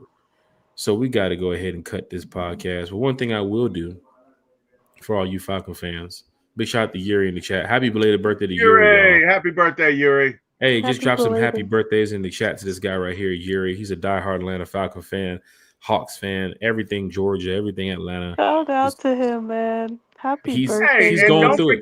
forget, don't forget T Will. T Will's birthday was Monday. Hold on now. Hey, I was just getting ready to get to that now. Hey, let's That not boy do that. Scorpio season's in full effect. Drop some happy Yeah, birthday love for in the real chat for though. Yuri. Shout Drop out to some happy. Yuri though. He Shout said out he to knows. Yuri. Happy Not birthday, only does brother. he support every Atlanta sports team, he also knows how to eat a proper steak, and he All right, dropped Carrie, a that's enough. fire That's it. video where he said, "Hey, hey, ho, ho, Raheem Morris, I Raheem's got got to to go. go." He said Shout he out to said he Yuri, knows how to man. eat a proper steak. He Wow. Look, does. Shout out to Wow. him. Okay. you Hey, got shout out to you, Yuri, Scorpio brother. I appreciate it, man. I in the appreciate it. chat. Talking Falcons. This what it's all about. Iron Mike's in the chat. Kirk finna rattle off 4 straight wins and save Raheem's job. Oh, no, that's coping. Raheem is in Kirk's ear. Hey, you know that bad play you've been given? Hey, now it's time to turn up a little bit. Look, I say this. Happy belated birthday to my boy T Will, man. So fans in the chat, Thank you. Give a big happy birthday shout out to T Will, former ATL Sports, one time for the fan. Also give a happy belated birthday shout out to Yuri too as well. Scorpio season's in full effect. We don't care about no other season than Scorpio season. So you already know. Best season on the planet. Best season ever. What? That's what it's all about. Now, see, did the Bills lose? Yes, they did. So the Bills lost. Let me check my sleeper app because I'm getting ready for the playoffs over here. But what about the Hawks? They lost. Hawks lost to the Spurs. Yeah, they lost to the Spurs. And I made no stinking money. Wait, Josh Allen only gave me 10 points? Thank you, Christy. 2 interceptions for Josh Allen? Yeah, man, he kind of sucked tonight. I'm playing Smitty? Are you kidding me? All right, time to crank it up a notch. I gotta go ahead and get my change up my team. But yeah, Falcon fans, I'm in New Orleans tomorrow. You can check out a lot of what's going on in New Orleans. If you're on Instagram, follow the IG. Look, follow the IG right there. Be posting from the Instagram page this weekend down there in New Orleans. It's going to be a great time, regardless. However, the Falcons do whatever they do, because I'm out there. Like, I love being out there. Like, it's a vibe when you're out there in New Orleans. This place don't sleep. Nah, I know we hate the Saints, but from the food to the entertainment to the gambling, shopping, hanging out, partying, it's all day. It just So smells bad, but as long as you plug your it does nose, the have food a is good. crazy little smell to it. I ain't gonna lie. I mean, especially down there in Bourbon Street, got a crazy little It smell. does. It smells so bad. I'm over here trying to get my beignets, and I'm like plugging my nose trying to eat them. Yeah, Carrie's definitely right about that. I mean, if you're not plugging your nose, you're definitely walking around with the with Weird. Why does it smell so bad? It's just Stinky trash Town. everywhere. They call yeah. it Stinky Town. It's real deal Stinky Town. And there's a behind the scenes to it. I talked to some people about it. Don't want to mention too much on the podcast about it. But there's another reason behind it. I'll tell y'all off the air. But Oh, Falcon fans, hit that like, share, and subscribe button for one time for the fan, because this is a great show tonight. We had a lot of new people in the chat too as well. So if you want to head over to YouTube and hit that subscribe too as well, it goes a long way, because we're out here just representing the fan base the best way we can. And even having this conversation with who's the quarterback, who's the head coach, who's the OC, who's the running back, we're still Falcon fans. Everybody in this chat is still Falcon fans. So I really appreciate y'all for being here tonight for almost 2 hours. And we'll be back talking more Falcons football. Our Sunday shows at 8, Wednesday shows at 8. Friday morning shows, which is not going to be on tomorrow because I'm going to be down there in New Orleans. But you see the IG, go ahead and follow the IG one time for the fan. We're going to be live and lit, having a good time. So I definitely want to say thank you all once again for tuning in tonight on the pop-up show. It's really a pop-up show because it's not even our night to talk Falcons football. But the fan base has just been going through it, and we're having our private podcast that we have amongst each other, but we talk for like an hour or so, and it's like, man, we got to get out here and talk some Falcons football. So it was great, but I'm taking the podcast with me down in New Orleans, so expect the shows. Expect a pop-up show sometime in New Orleans. William Amy said, "Be careful in New Orleans. I'm praying, Father God, protect him." New Orleans ain't really even like that. You know what I mean? Like when it comes to what they got going on. Like when you get to the French Quarter area, them folks out there, they already know that it's a football game and it's Falcon Saints. But they give us the utmost respect. Now, when it gets to Sunday and you get in that stadium, there's a little chirping going on. But when you're walking through the quarter, heading to the mall, heading to like the casinos and shit, they ain't doing nothing tonight. They ain't doing nothing to you like that. Everybody's good. But I know what you're talking about. Trip talking about Yeah. best backup in the league, and Kirk's gonna go off all of a sudden. Like, thank you for the laughs. I told T Will I'm taking Kirk over 225. That's my prop. That's my money line prop for Sunday. Kirk over 225. Donation. This is Kirk's resume game. This is Kirk to show other teams like, hey, I still got it. We said Right. that against Miami, and look what he did. That's tough. Ouch. That's tough. That was my birthday too as well. That was tough, but I mean, it's the truth. Remember, we all said like, "Oh yeah, let's see what he can do," and he literally looks so bad. Hey, I that's hope all I'm I know. wrong, but I know it's time for these shout outs. And He said, I know it's time for the I shout out. said that ish gonna hit. I wish. let's get this W. Big shout to Cass in the chat. She said good night. Cass said good night. Let's bring that W home. Let's bring that W home right here. So Falcon fans in the chat, drop a rise up in the chat. Like we've been doing this, after the show, getting ready to close it out. Just drop a rise up in the chat.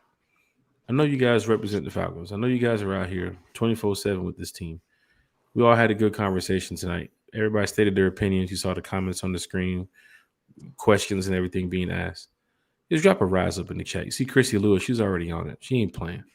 This is what it's all about at the end of the day. Eric Parker's in the chat with the rise up. Just drop a rise up in the chat, man. William Amy with the rise up. Relly in the chat with the rise up.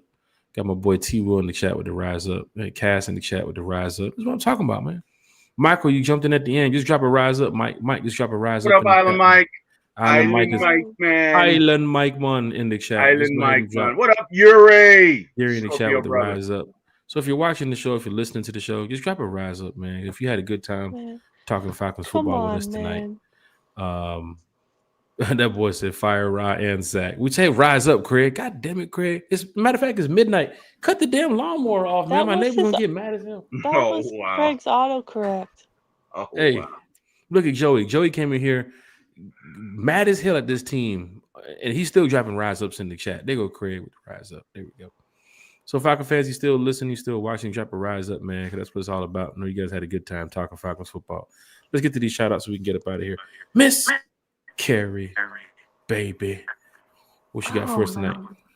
Just beat the Aints, man. This week has been so terrible. It's been so draining. These Atlanta Falcons. This Mr. Raheem Morris. I don't even know your middle name, so I can't even call you by your government, but It's the dream. no. It's the nightmare. It's the nightmare. It's the dream. It's Raheem the dream. It's Raheem, the nightmare. the third Morris. year term. Raheem. No. Dream. Raheem the dream. Yeah. I don't see it. You don't see it? I don't. I mean, if it happens to like another losing season, like miss playoffs after all these promises again, no growth as a head coach, like completely missed on both your coordinators, technically all three, because you kept Marquise, and that's been honestly, special teams has been bad, and I'm not just talking about the kicker. So, but yeah, I say all that to say, Cousins is wearing capris. If we lose against the Aints, do you believe Raheem is fired? No, I think he'll get fired Black Monday. Buddy. So, I think after the season's officially over, that's when he'll be gone. He'll be out. He's gonna win next season, not with us. Maybe as a assistant somewhere. Oh man, I don't know. I don't know if you Here's guys really believe this or you're just like hopeful. I'm not sure, but regardless, hopefully you're right, because if he truly is here, I mean, obviously I want my Falcons to win no matter what, but it's gonna be real hard to swallow that pill. I'm just saying, but say all that to say, just beat the New Orleans Saints, man. If all else fails, at least beat the Aints, because Carrie let can't me even tell you enjoy hate week something. right now. It's I tough. can't, because all this drama that, Raheem the Nightmare Morris has put upon my franchise and my Falcons and our Falcons here, man. All this turmoil, a lot of it all goes back to him. So I say all that to say, just beat the Aints, because you lose to the New Orleans Saints on Sunday, you're last of the division. You're literally going backwards. You're last, right? I think you're like, If what? you You're the second worst team in the NFL at that point? Third worst team in the NFL? If you like lose Sunday?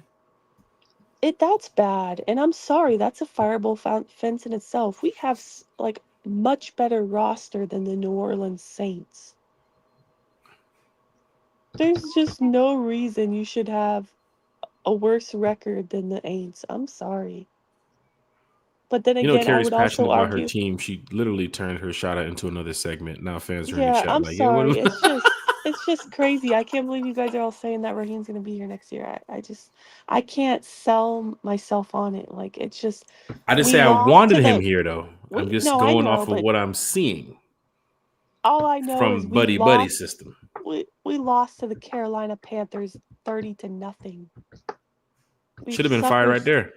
we suffered 4 blowout losses in not even 2 full seasons under Raheem already, and 2 4+ game losing streaks under Raheem in 2 seasons. That's bad. So, if you guys didn't already know, I think he should take his millions and, you know, find a new um, place to live, maybe in New Jersey or something. That's where he's from. Hmm. But I don't know. I wish him well, but I just don't think he's the guy to lead our beloved Atlanta Falcons to the promised land, unfortunately. So, Well, that was great, Carrie. but yeah, Where shout can we out to you find you on guys. social Shout out media, to though? everyone in the chat. Yeah, you can't find me on social media. You find me here, just hoping the Falcons can beat the Aints and trying to survive this disappointment of a season. My goodness. Yeah, we're paying 3 head coaches. I mean, this owner he forks out money left and right. What's paying He- a He's got couple money, million? He's got money. $1 billion. If you didn't know, he Boy just got his own money, announced Jack. that we He now got his have a own money. women's soccer team. You know how much money that cost? Yeah, that's not cheap to start a franchise. So he's got I money. wouldn't be surprised if he has his hand in that hockey team coming here too as well. I mean, so I don't know. You can't rule it out that he's not going to be here because it's been truly an ultimate failure. Right. Right. I mean, I don't. At least if Carrie, we would have had growth from last year to this year, but we're literally going backwards. you see when we mention Raheem as the head coach, Carrie she gets into it. She's ready to get this guy Triggered. out of here. She's triggered. Because Eric's It's over not. here telling me we're not going in. He's not going nowhere. Like, Hey, that's just insanity to keep this guy. I'm sorry. he gives coaches 3 years before he gets them up out the door.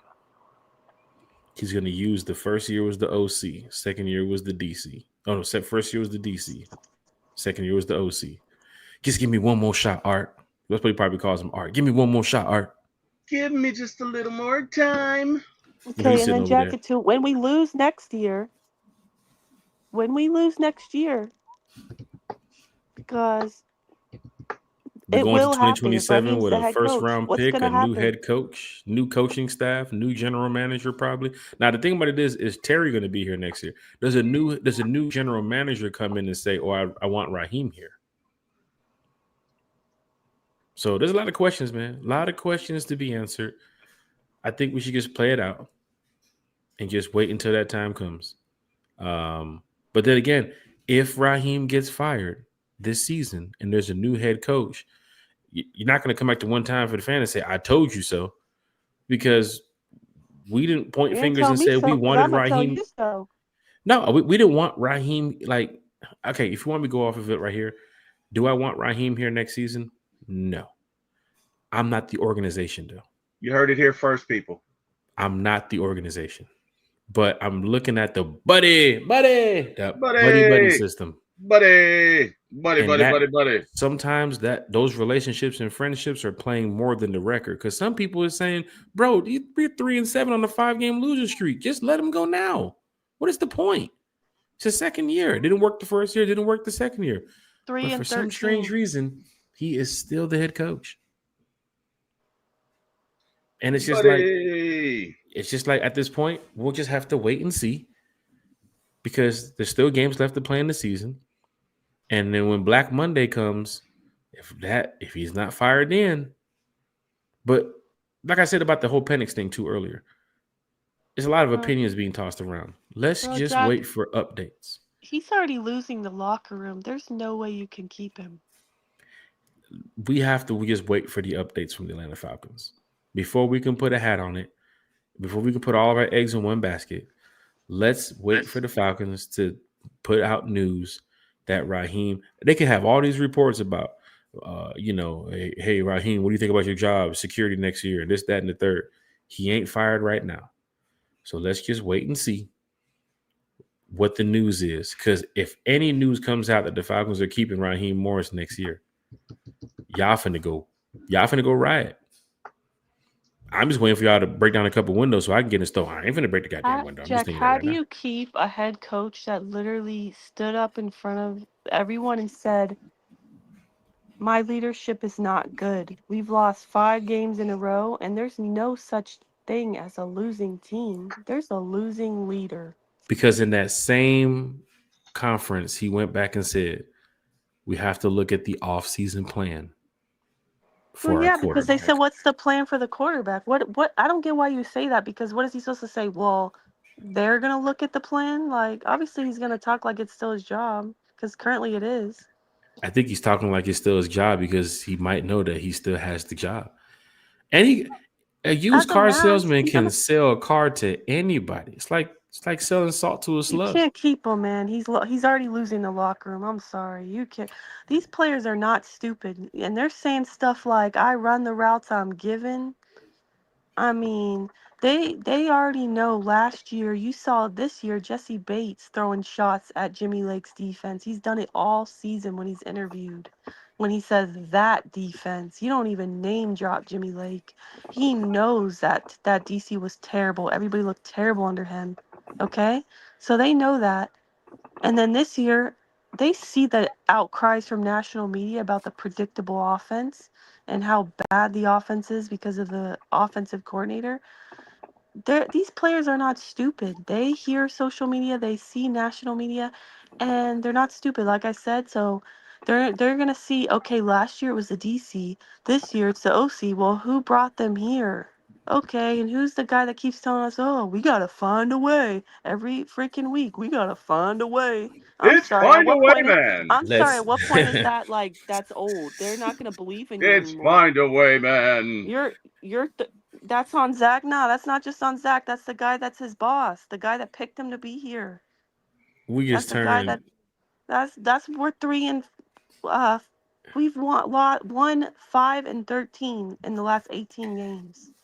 Carrie just turned the shout out You into can't. the Fire Raheem Morris segment. Yeah, So I'm I must sorry. give a There's shout just out to no that. way you could keep That's a him. shout out. The- how will the players believe in him at this point? At this point, Carrie, Truly. I'm just waiting for updates for the Atlanta Falcons to say this guy's going to be the coach and this guy's not going to be the coach. That will give me some more, evaluation as to who's going to be the quarterback, how they're going to move, how the draft's going to look. But right now, I'm just taking it day by day because I know we got to have another podcast this weekend and a podcast next week and the week after.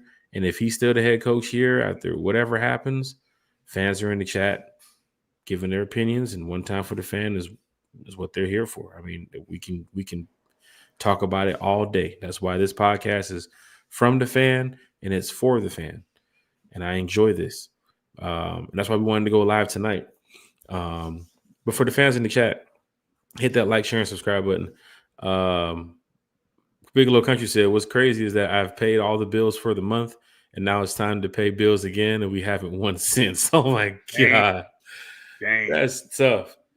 Hey, look, I'm about to make my way to the car. Craig, hopefully you gassed it up and watched it too as well. Dang. Wow. But I gotta make my way to the car. Wow. I got this suitcase. I'm finna load up. Is it full of money? Is it a suitcase full of money? Did you pull a cape? God, don't say it on the podcast, T. Will. Jesus Christ, there's a casino down there. You can have these people looking like, yeah, one time for me too. Yeah, you gotta be careful. But I'm on the road to New Orleans in less than 4 hours. Did you lose the big country again in golf? Island Mike. That was a villain mustache twirling laugh. Like Island Mike. You don't say them things, Mike. You don't say them things, man. Weird made me Why really are you spoiled talking again. like that? Like he's from Puerto Rico, not Jamaica. Who? Island Mike? Not Gary calling you out on your accent. What?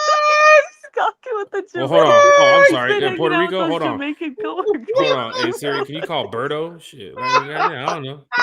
You call Bro Talk? Oh, wow. Okay. Man, who let 21 Carry up in here tonight? I just want to know. I did. But thanks for Carrie to join us here tonight. It's always good to talk Falcons football. We love Carrie, of course. She's family. T. Will, let's get to your shout outs, man. Gotta find a way. Find a way, man. Hey, that's the title of the next podcast. We're gonna find a way. We're gonna find a way. So hey, and to everybody who's joined, man, thank y'all. Appreciate y'all. This was fun. Hopefully we can come back. Hey, can I get my own? It was my birthday week. Can I get my own? Please. Thank you. Appreciate it. Thank you, Jack. Hey, to all you fans out there, Thank you for joining us. We appreciate you. We know it got a little bit off the rails, but we still love you. We love our Falcons. You could have been anywhere in the world. We're thankful for that. Appreciate you. You can find me and Carrie at For My ATL Sports One on YouTube. You can also find me and Carrie here at One Time for the Fan. You can find Carrie at Twitter. You can find me No, everywhere. you can't. You cannot find me at Twitter. You can't find me anywhere. Carrie, come on. You want another 1,000 followers. You almost had like 20,000 It's now. 21 Carrie here today. Not Oh my find me. goodness. Last but not least, hey, thank God for sending all y'all in my path. Appreciate the birthday love online and here. Also, hey man, I want to thank God for waking me up. And last but not least, Mr. Jack Spade, Mr. Eric Parker. Thank y'all for giving my chance, man. Appreciate you. All right, Jack, back to you, sir. Hey, Eric, Falcon where do fans, you hit live? that like. Where do you live? That'll never get old. What's your address? No, Falcon fans, hit that like, share, What if and that guy subscribe. showed up like right here, right now? I don't even. The problem is I don't even remember his username. So Damn. like, do you guys? We should have wrote it No, down because I don't. will not know who the person don't. is. He asked you one time on Twitter too, as well. Like, what's your address? What's your address? Falcon I think fans. he was the same guy that went on Lowe's show and bashed the hell out of me. T-Will knows what he did to me. He knows. Yes, because you blocked them. Because he knows what he did to me. It was disrespectful. Falcon fans. And I'm going to find a way to get him. Damn it. I'm gonna Not show me, up on him. another show he shows up on. That would get him. Look at Michael said, what car do you drive? What color is it? Oh my! Oh shit, Oh, that's man. crazy. Falcon fans, hit that like, share, subscribe. What type of food do you like to eat, Carrie? Crab legs. I love crab legs. Oh, look. What side of the bed do you sleep on? What? What section are you sitting in when you go to the game in Tampa I know, Bay? right? I know, Oh right? my You got them goodness. end zone seats. I know. I Falcon fans, should have hit said like. that, right? Oh shit! This is tough. Falcon fans, hit that like, share, and subscribe button. Oh, man. It's been great talking Falcons I football. Look know. at Michael said, No. where do you work? Oh my god. Oh, No, man. but look at Craig's comment. That sucks. Seriously. What's What bad back when that Carrie is- had a stalker? We had high expectations. And matter of fact, that when sucks. Carrie did have a stalker, we had a winning record. Where are you We at, need to Carrie? bring him back. That's what it is, Carrie. It's your fault. We need to bring Maybe Carrie he was Stalker the back. he was the good luck charm. You work I first will shift or take second one for shift, the Carrie? team, guys. I'll take one for the team, guys, and take the stalker back just so our Falcons can have a winning record. I would too. I'd deal with it. Carrie, this is the podcast. Put your camera on. That's right, Carrie. You got to stand by your man. The Falcons are your man. You got to do what you got to do. That's right, Carrie. I hear Right. you. Right. I hear you. Hey, look, Oh, Falcon my fans, hit that like, share, and subscribe button. Now I'm tearing up. Hit that like, share, and subscribe button. We live, we lit. Look, you going to New Orleans this weekend? I see some people in the chat say they're going to New Orleans too. Hit me up. Let's turn up. You know what I'm saying? I was about to say something about Saturday, but I'm not even dealing with that type of stuff no more. But if you guys are there Saturday and you guys are on Bourbon Street around 1 o'clock, 2 o'clock, there may be something happening. You didn't hear it from me, but just be prepared if it's going to happen. But Falcon fans, Michael, look at Michael said, Carrie, long hair or short hair, Carrie. Falcon fans, hit that Are like, you going to be there at 1 o'clock or 2 o'clock, Carrie? I changed my identity now. Look, this is great, and this is what it's all about, talking Falcons football. But yeah, I'm gonna go ahead and get ready. Got to make this trip down to New The Orleans. trip. Carrie's going to No. have to wear wigs from now on. Oh my gosh! They said no marching band this year. No, I think they are doing the band, the band, or what is it? Remember, I'm not really parade. like, you know what I mean? We're I'm not not really- telling you that Right. that's happening. Right? Oh, But it might be. But we're not telling you that, Mike. Yeah, you never know. You know, I will say, you know, shout out to the tour, shout out to the Rise Up tour. They're going strong. They're doing a lot. Hats off to them. But from what I'm hearing, it's possibly going to be something going down Saturday in New Orleans. Of course, you know, they got a whole bunch of events happening this weekend, tailgates and parties and stuff. but That's awesome. there might be something happening too as well on Saturday, other than my golf game. But hey, turn up. Y'all have a good time. Shout out to Kerry. Shout out to T Will. Shout out to Bodie 3000. Rise up. Chat was live. Chat was lit. We're doing the podcast Why in does New your Orleans. stalker voice sound like Batman: The Dark Knight, Jack? That's what I want to know. I mean, I get close to the mic. Wearing hockey pads. You get close to the mic. Kerry, what type of car do you drive? What type of gas do you put in? You gotta hit that like, share, and subscribe. Everybody here talk Falcons football. Look, Michael's getting he's getting some questions over here. What color your fingernails, not tar you? What do you like to wear when it rains on How Wednesday? tall are you? Oh snap! Oh shit! Oh shit! It sound like Michael's gonna send the DM. You talking to me? Okay, now Wait a that's, minute. I had a feeling you was answering my questions in the that's chat. creepy. Stop it. Not too far from I Florida. gotta log out now. He's too far. Hey, look, we outside this weekend, man. New Orleans, man. Finna hold it down. Chat is live. Chat is lit. Of course, one time for the fan, from the fan, for the fan. Podcast going on this week. Pop-up show. Don't know. Hit that subscribe. You guys will find out. Craig said Kerry about to get a massive amount of DMs. She already gets a massive amount of DMs. It's 15,000 followers. But yeah, Falcon fans, y'all got to hit that like, share, and subscribe button. We up out this thing. And just like what we always say at the end of the podcast, from Kerry, from T Will to myself, rise up, y'all.